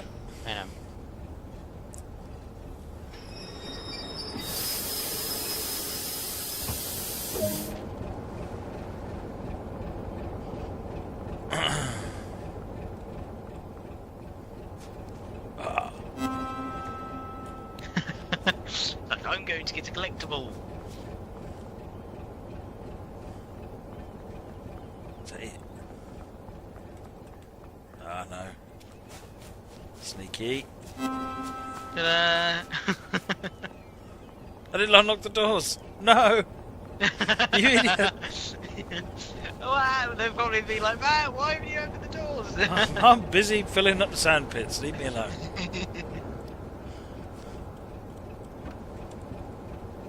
Well, JP, you could do that in Creators Club. You could do that in Creators Club. Yeah, Yeah, got any fish vans, those. You could just use a standard van and put fish on the side of it. Make it really pink as well. See, now you're talking my language. Is that what it was at the station? I'm guessing so.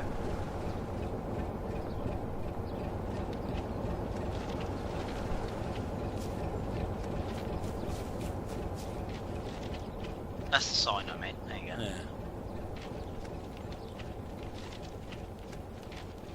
Guessing it is.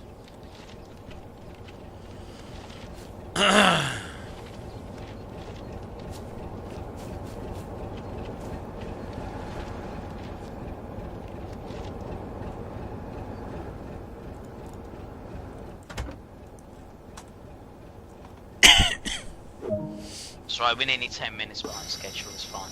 It's fine.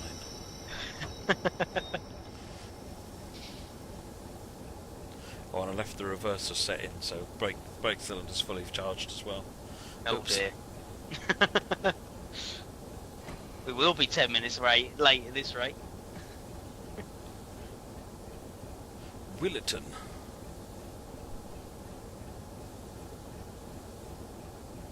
It's the main diesel shed, I think, isn't it, at Willerton? Yes, it's where the Diesel Society are based from Bradley. Yeah. They got a high mech and a couple of other things. It's a Western, isn't it? I think 52. Although I can't remember now.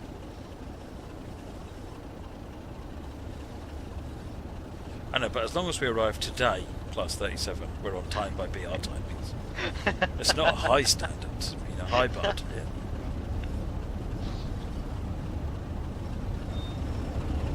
I'm going to be giving myself a glod though, Derek, because I feel that the driver has done a remarkably good job and has thoroughly entertained me.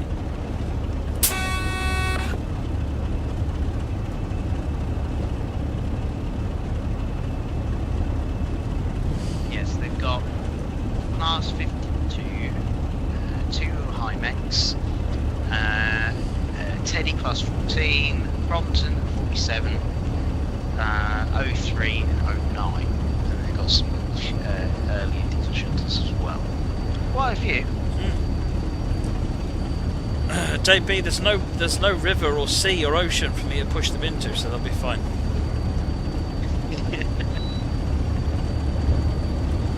Oh, we'll find a way.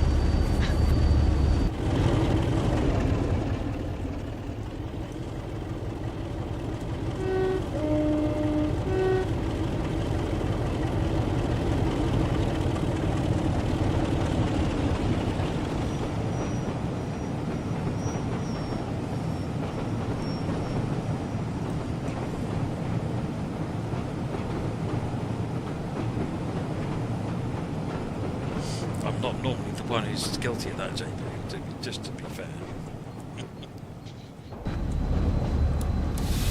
Oh, not like my driving recently, I'll tell you.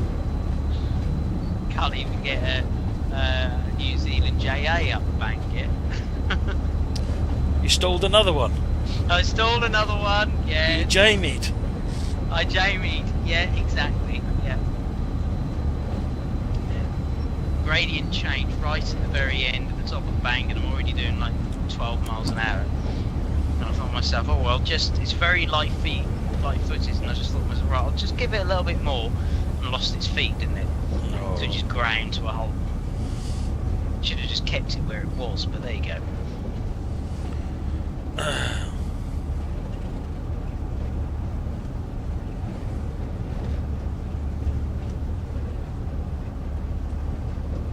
It was Train Simulator Driver. I think it was a 1 in 40, wasn't it? Something like that.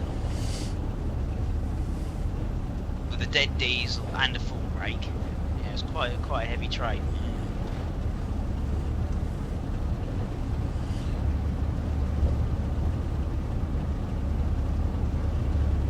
The 10-mile-an-hour speed limit. Hello, what we got waiting in the platform? Looks a bit 31 to me. Yep, I'd say that's a big 31 with the big searchlights on the top. Yeah. We've got 37 waiting in the sheds there. Yeah, 37 in the shed.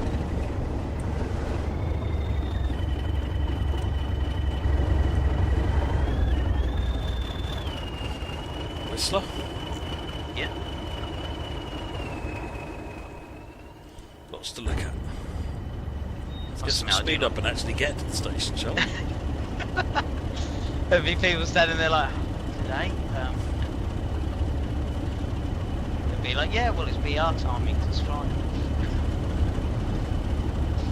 To be fair, for it to be our timings, I do have to arrive today. Yes, that is true. You've still got 12 hours, so you'll be fine. We might make it. Yeah. Wouldn't want to be overconfident. No.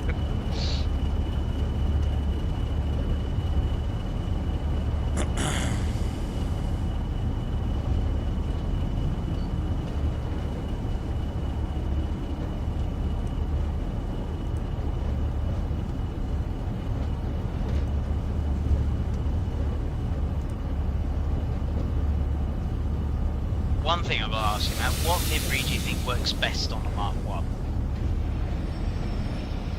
Well, Network Southeast works best on everything. True. I think blood and custard for me. Dunno. I don't know. What do you think, folks? What's your favourite livery on the Mark 1s? I mean, blood and custard, chocolate and cream, they're alright. BR Blue, grey. it's no one's favourite, really. No. Green. Green, again, a bit on the bland side. Regional, I thought looked alright.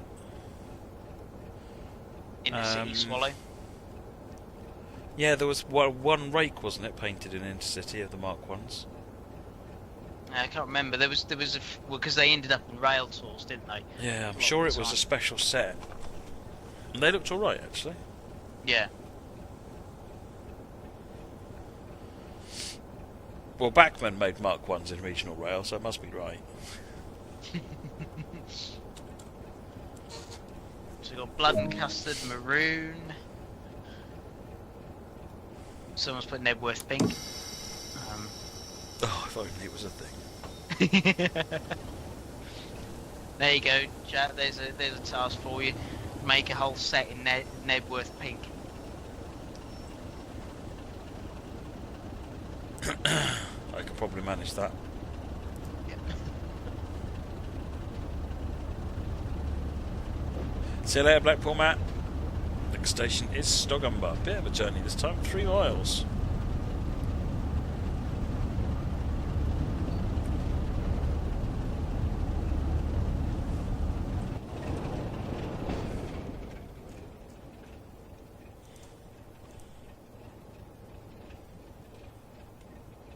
Stockgumber thinks you know it's a type of vegetable name, doesn't it? You know. That's cucumber. True. Yeah. But like a different type of cucumber. Oh, never mind. A Stogumbery, cucumbery thingy. Yeah, you know what I mean.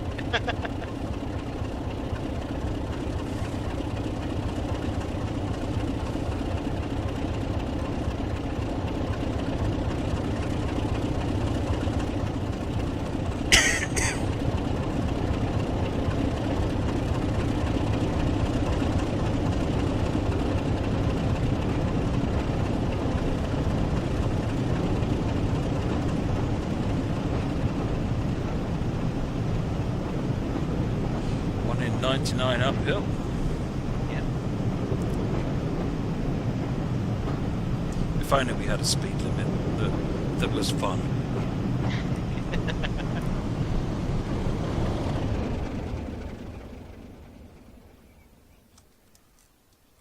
I mean, 25. You know, it's, That'll do. It was 10 earlier on. yeah.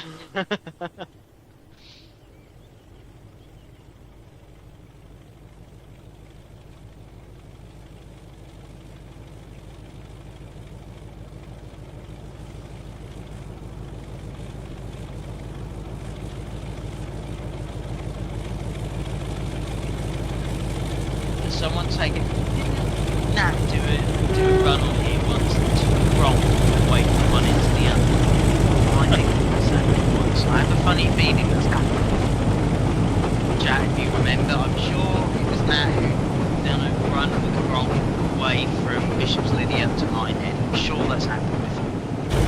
I have vague recollections, but nothing that I can put my finger on particularly. Yeah.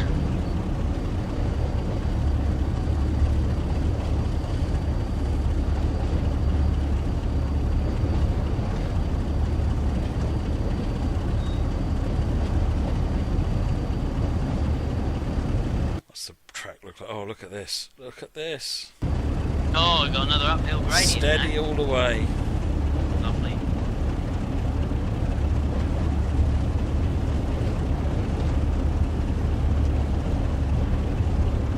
You remember that the man who was running to Bishop's Lydiard tender first the whole way, so it was awesome because we just had the front window. Brilliant. It's on one of my old YouTube channels. If you can find it, I think it's the loudest loco. West Somerset, so it's got quite a few views. If you ever watch that, it's great. It's my older channels.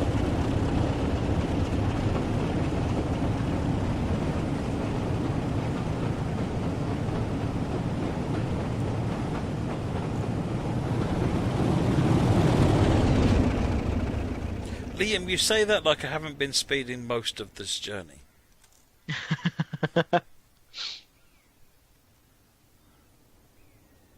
And to be honest, you haven't been doing too badly. No, you only sped a few times. Well, no, Like I we think there'll were be some on the stern channel. words about the 25 and the 10. Yeah, there probably would be, yeah. But then you could say, well, I don't know the route knowledge. And I'm busy chatting to people on my phone. That would go down well.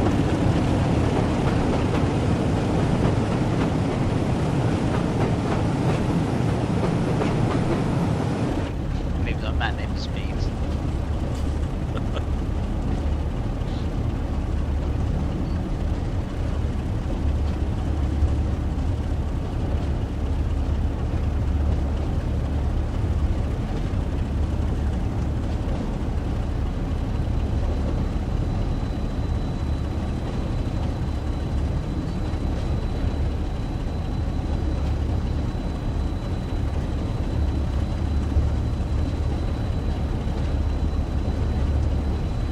So the interesting thing was at watching, they used to have a turntable as well. It is illegal to use your phone while driving. I was alluding to the fact that I'm tagged you lot on Twitch.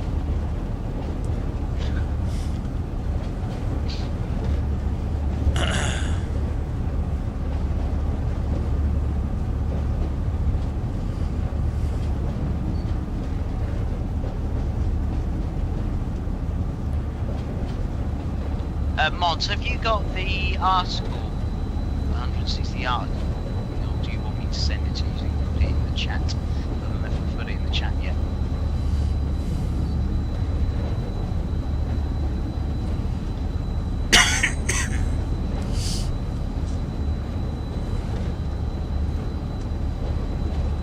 Night, ladies and gentlemen.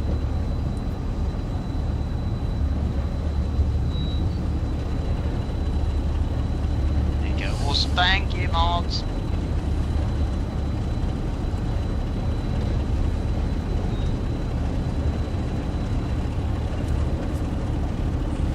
Problem is I can't hear the sound, so I have to imagine it thrashing. You're losing out. Yeah, I am, yeah.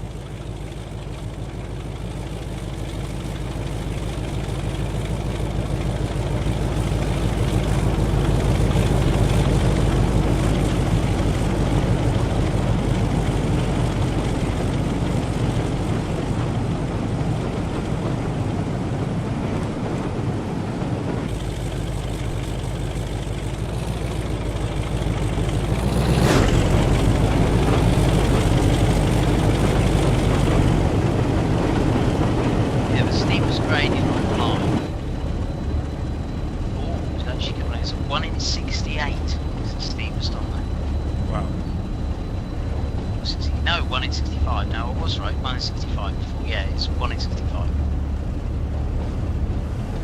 And you think most of the time they'll run with at least 8 coaches minimum. That's quite a heavy load?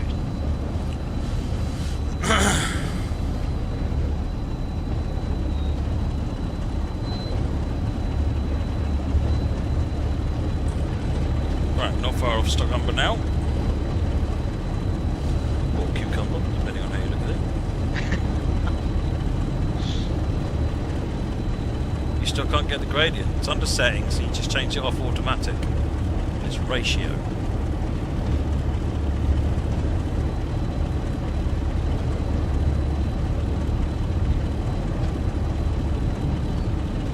Remember that for the future now. I think I'm even going to... Do you know what? I'm going to write it down. Because I know what I'm going to do is I'm going to go in there and I'll be moaning about it again. And I'll go, well, hang on a minute, I haven't pressed the right button, have I? Because that's going to be me, isn't it?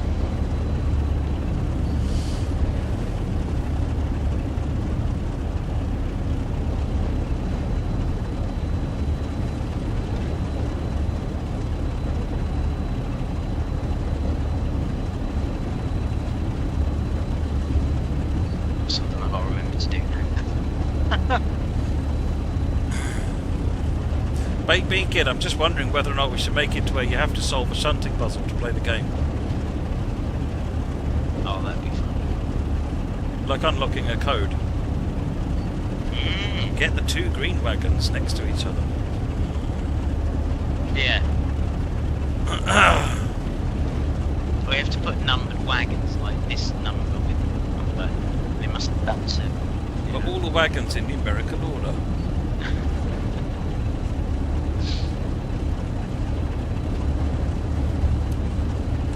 Oops, hello. Is that that? Oh, let's get... Oh, we'll be fine. We'll be fine. Robin, I do as well, and I must admit they are amazing models.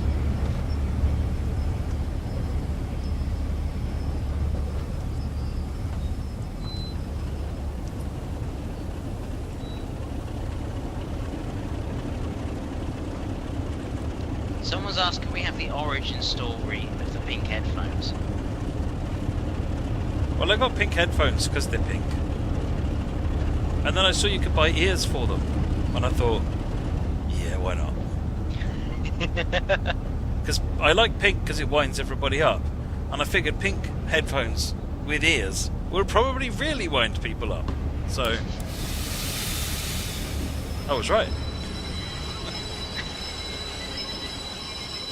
They're just on this one. I mean, the headset I've got at home, it's all bolted in together, and the light RGB lights on the ears. But these ones, they're just those little rubber things that you just wrap around. So they kind of work with any headset. Which is why I lost them.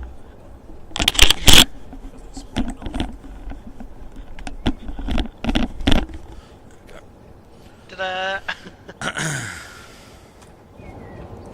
Derek, yes you have, yeah, we're now on the West Somerset 160, but you can always rewind and replay it. But Derek, it's just a recap of what of everything that we had earlier.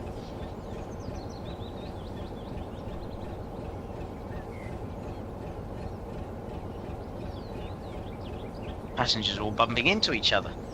There's too many passengers. Yeah. Zeus needs to come with the bolt of deleting lightning. Yeah. Oh, pump, one's gone.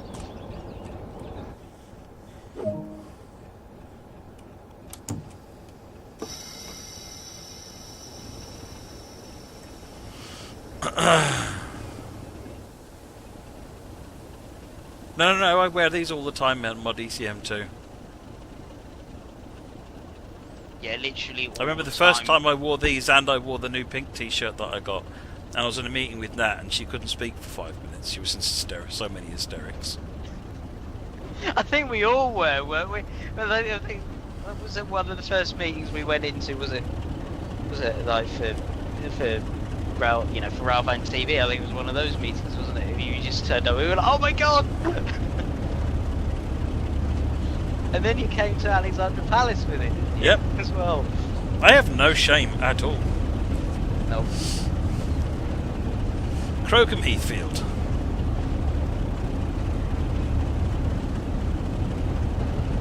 To be fair, mate, being kid, if there was an explosion in Angel Delight Factory, I probably would be somewhere in the general vicinity of it. So. Yeah, picking up all the Angel Delights. Yeah. Nom. It's the best, isn't it? What you do is you get one packet of banana, one packet of butterscotch, mix them together, banoffee, Angel Delight, you're welcome.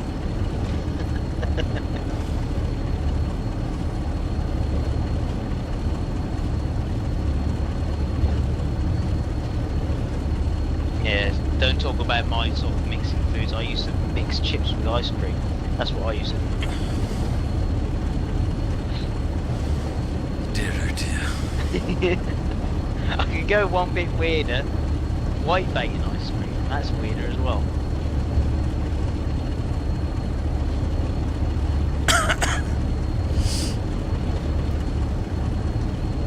Horn? Waiting for Moggy to- Absolutely. Oh, hello.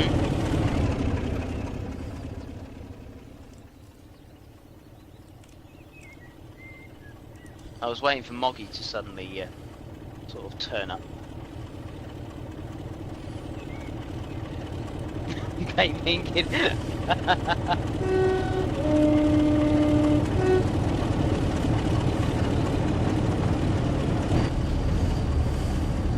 Ah, do you think it is bad guy? Yeah, I suppose technically it is, isn't it?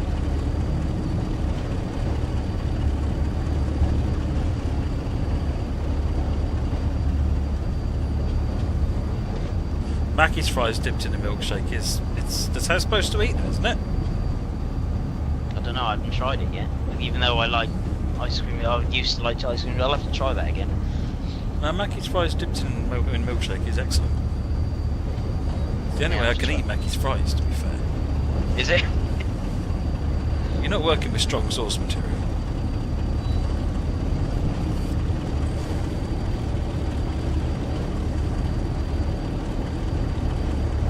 No, I missed that one.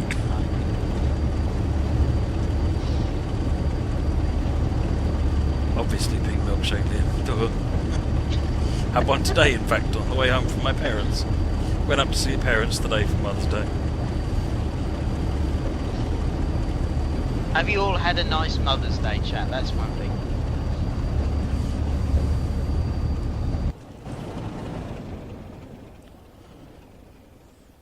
Oh, really, Cameron? Is the machine always broken? Is that the one?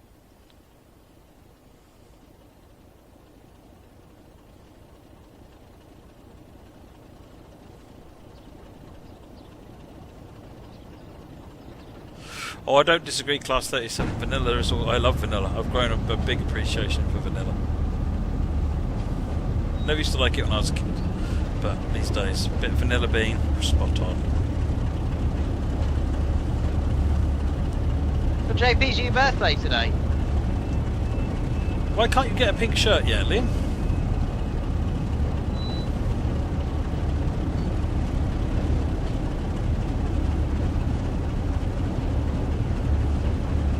You bought your mum some flowers and a shock nearly killed her. Dear oh dear, mate, being killed. Oh dear. It sounds like you should buy her some flowers every day for a while until she gets used to it.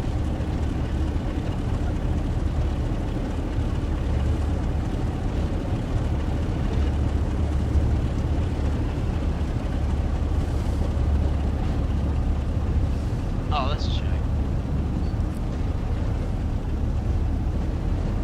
Oh, happy birthday, JP. Oh yes, it's JP's birthday as well. Lovely.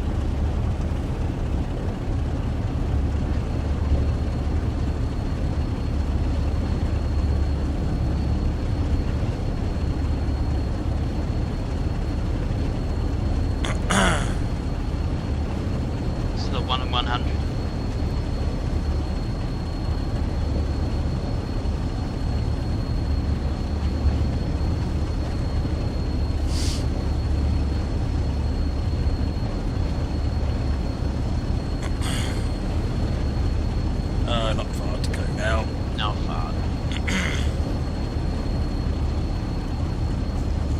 American bishops. Bishop. Sorry. Lydia, yeah.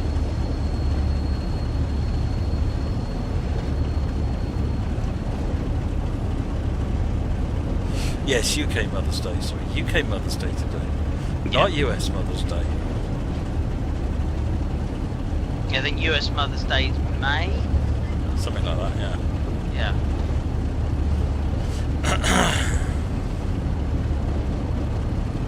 I should know really, but I'm in charge of family celebrations on this side of the Atlantic, and she's in charge of on that side of the Atlantic. So Yes. it keeps life simpler.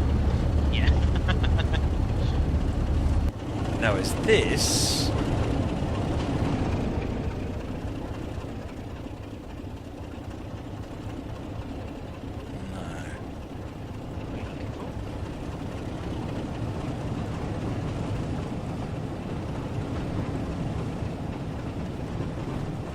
It's not that one. The donkey's in one of those. Oh, is it? Ah.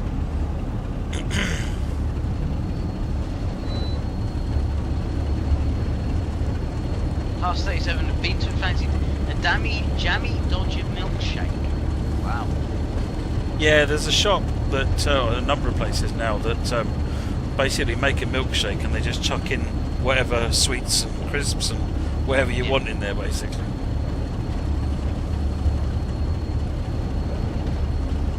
Yeah, I think there was a dessert place I went to Bury St Edmunds, the name of it. And I had an M&M's, chocolate M&M's waffle. That's probably the same place that I'm thinking of then. Yeah. In the area next to what was Debenhams. Yeah, I think it's near there. Yeah. Yeah, because Debenhams is gone now, isn't it? Yes. Yeah. Don't mind us having a conversation, it's fine. We're just like talking local area. We're like, hey, yeah, I know.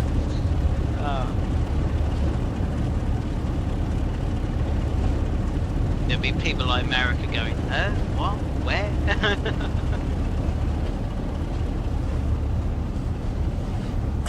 One of the goals of this stream, Class 37, is to make people hungry, don't worry.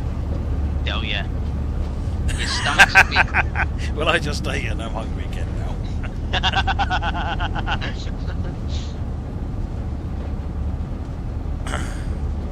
Yeah, Matt, you have a YouTube channel, don't you? What's yours? One's called? Yeah, just look up Matt Plays TV. Mine, Sifa, is European Steam, separate word.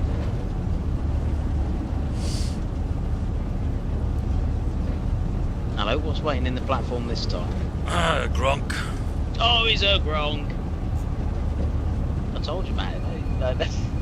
That is a long journey though on a Gronk.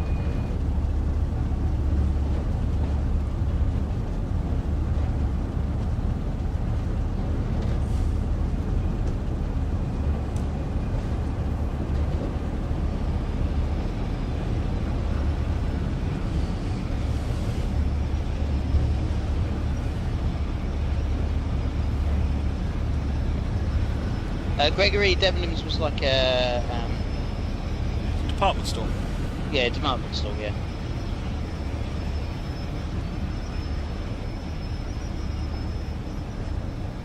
Bad guy, thanks. Yeah, I mean, basically I've got sort of a DSLR camera, and I just go and film around sort of railways. When I go to different galas and bits and pieces, I'll just take a camera with me. Oh, I have to throttle on. Oops. And yeah, so I just basically just go around, take camera around and film the gala, and then so when you watch the YouTube channel, you're watching the footage from those galas. Yeah, really enjoy it. Been doing it. I think it's 10 years now. I think I've been doing it. It's amazing.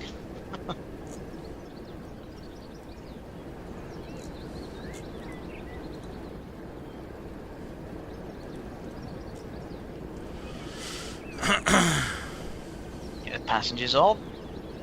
That Gronk isn't going anywhere yet.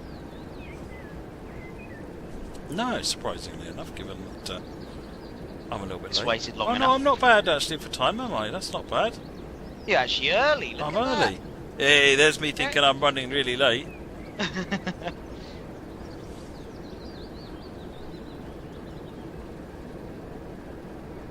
Monty Burns, at the moment it's only t-shirts. The way that Amazon merch works is that the more you sell, the more it unlocks, so that you can create different things. So at the moment it's essentially two types of t-shirts and some different colours. So yeah, we're in the process of unlocking more as we can, and yeah, hopefully it gets to all the usual wide range of things.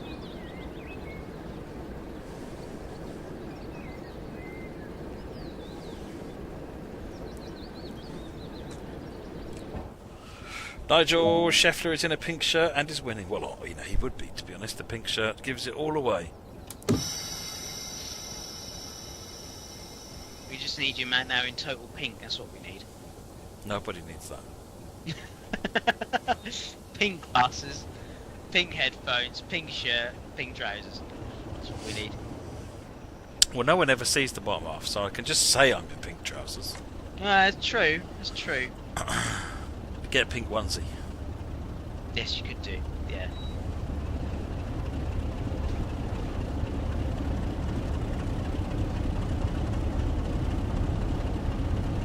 Right, we're off for our final stop at Bishop's Lydiard.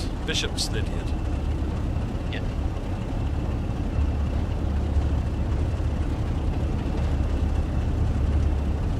Trains so late, so driver said, don't forget pink lipstick and eyeshadow.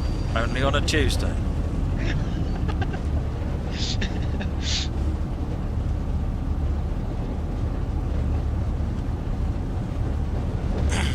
I got the onesie, the yellow onesie. Yeah, because you wore that on the The stream. Pudsey one, yeah. Yeah. It was where we were all feeling funny things, weren't we? That was brilliant. I do keep toying with getting my car wrapped pink. Just feels like a lot of money for actually not enough worth, and the better things that money can be spent on, like eating.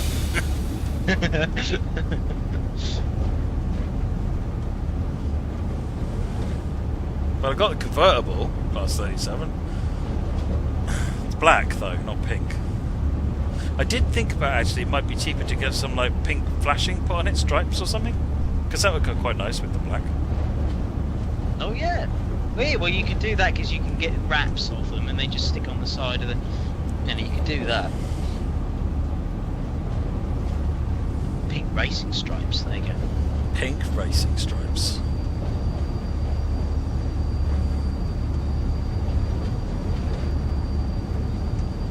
No, the wife has softened on the pink car thing. Kind of along the lines of, well, as long as I don't have to drive it and be seen dead in it. Pink underglow. You just turn up at a party with it, like, blaring out music and you just got pink, get you know? bass booster in the boot. Yeah. Pneumatic suspension. Yeah. Pink fuzzy dice, you know. End up spending 10 times more than the car is worth, making it look pretty. Yeah.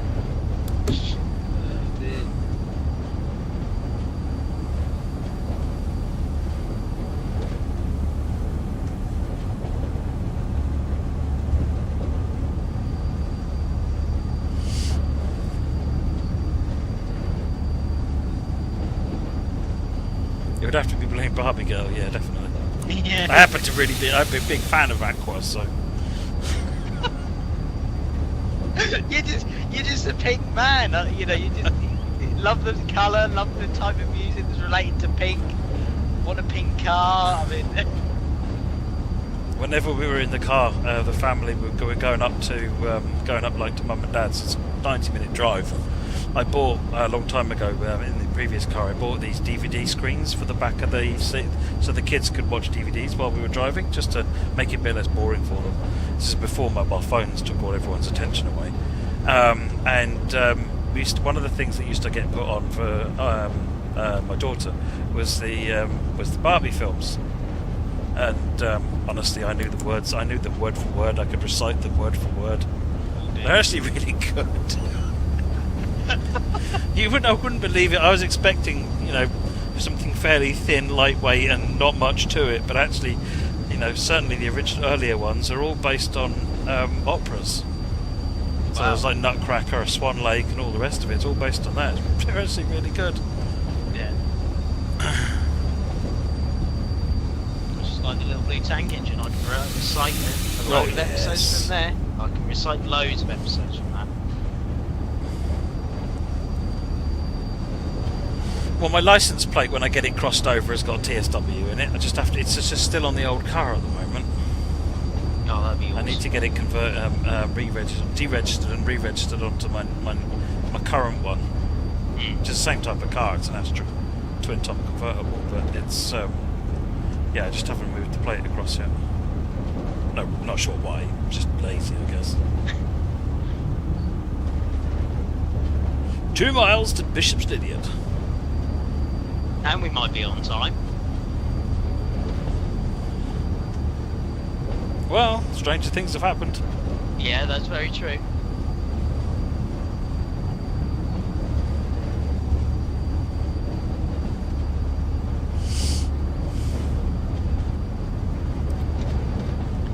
Deadly diddly, you see what Matt and Kate Price are like.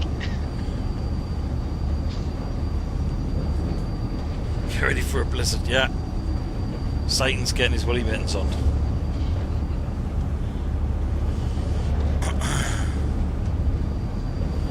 If it's not a Citroen C5, it is. No, it's an Astra twin top. Am I in a pink office? No. You can see the office. Well, you can see the wall behind me.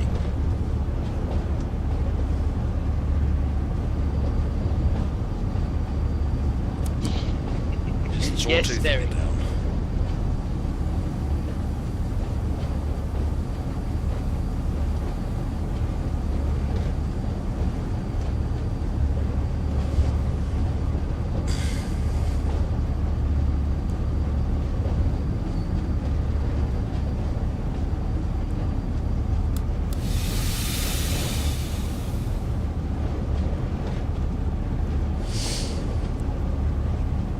That would be a good song.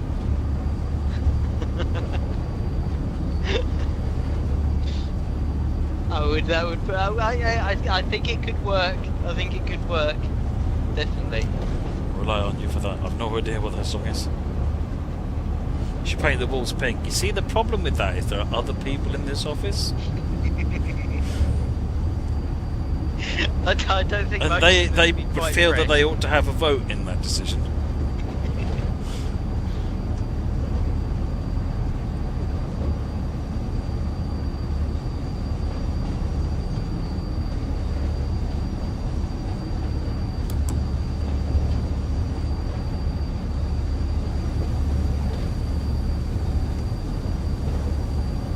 She's immune to me showing up in a pink shirt now, Liam. It only happens the once. You wouldn't get the same extreme effect by this time. Now, if anything, if I don't show up on a stream with a pink shirt, it's... Where's the pink shirt, Matt? Yeah. That was why I was expecting the pink shirt today, and I was like, oh, okay, he's not wearing the pink. No. It's in the wash. I need to do the wash when I get home because I've been out all weekend, so... Yeah, no, I don't surprise anybody anymore. Need to think of another colour, Matt. No.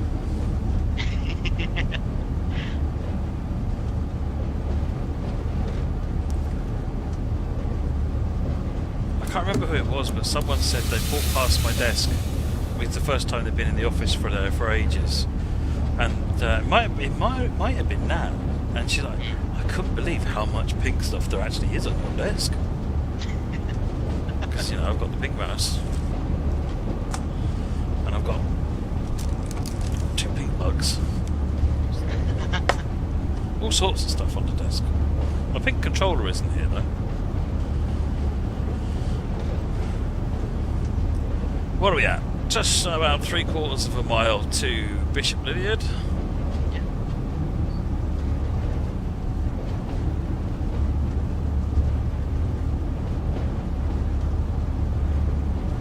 Dennis Soyle, can you send me a message on the forums and detailing what your problem you're having so I can get someone to look at it on Monday?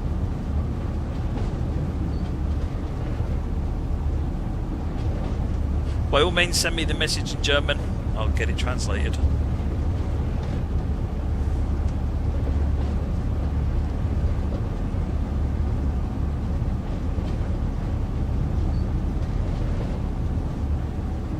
I've got a private number plate ending in TSW, Nigel. I just need to put it on my car. I'll put this on for my headphones. Go. I don't literally do that, but there you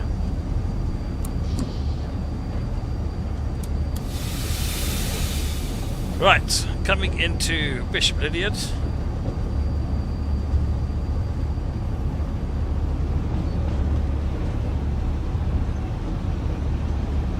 It's amazing how long the line is once you play it. It's quite long.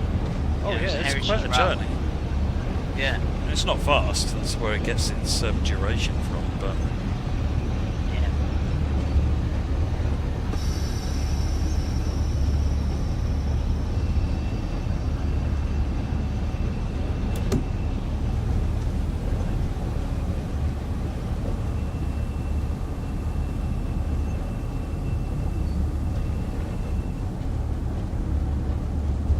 Oh, Western sitting over there. Yeah. Looking all splendid and wonderful. Yeah. All polished.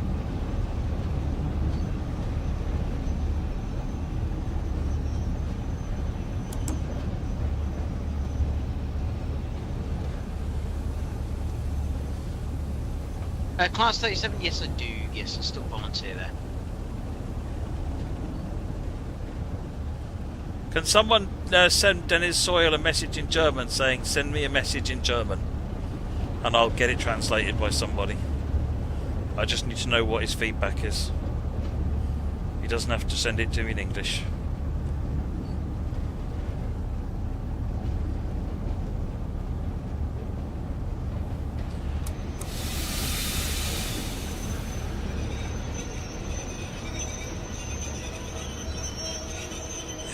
It's close enough. That's close enough. That'll do there. Coaches, coaches, coaches.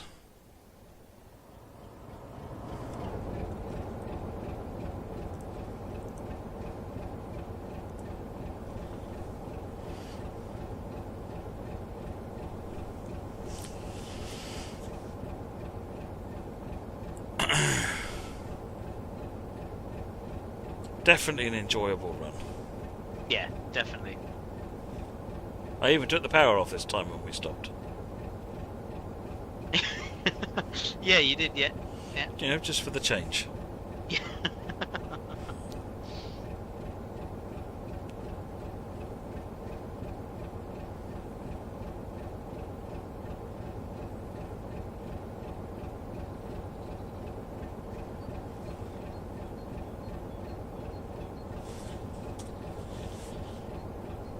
Oh! They closed quicker than I thought they would. Yeah. Then close them. Boom! There we go. What did you get? Silver? Yes. Yes, there we go. Lovely. No spads. Oh. Yeah, well, you know. I don't spad That's that good, often still these good. days. Yeah. Mostly speeding. Yeah. Alright, folks. I hope you enjoyed the stream tonight. Thanks to British Ace for opening the stream, and hope you enjoyed the other stuff. It'll go up on YouTube, I guess, as usual. Otherwise than that, we'll see you on the next stream. I don't know when that is. Is the schedule up for next week yet? Schedule isn't up for next week, but keep an eye on the forums. I don't know if it's already up, but if not... It'll probably go up be tomorrow, won't it? Yeah. Awesome. In that case, yeah, we're all leaving because you got here, Moggy. It's, you know, it seems a reasonable point to leave. All right, folks, thanks very much for watching. Have a great rest of the weekend, or 1.5 hours of it if you're in the UK. And we will catch you on the next stream. Take care, everyone. Bye-bye. Bye.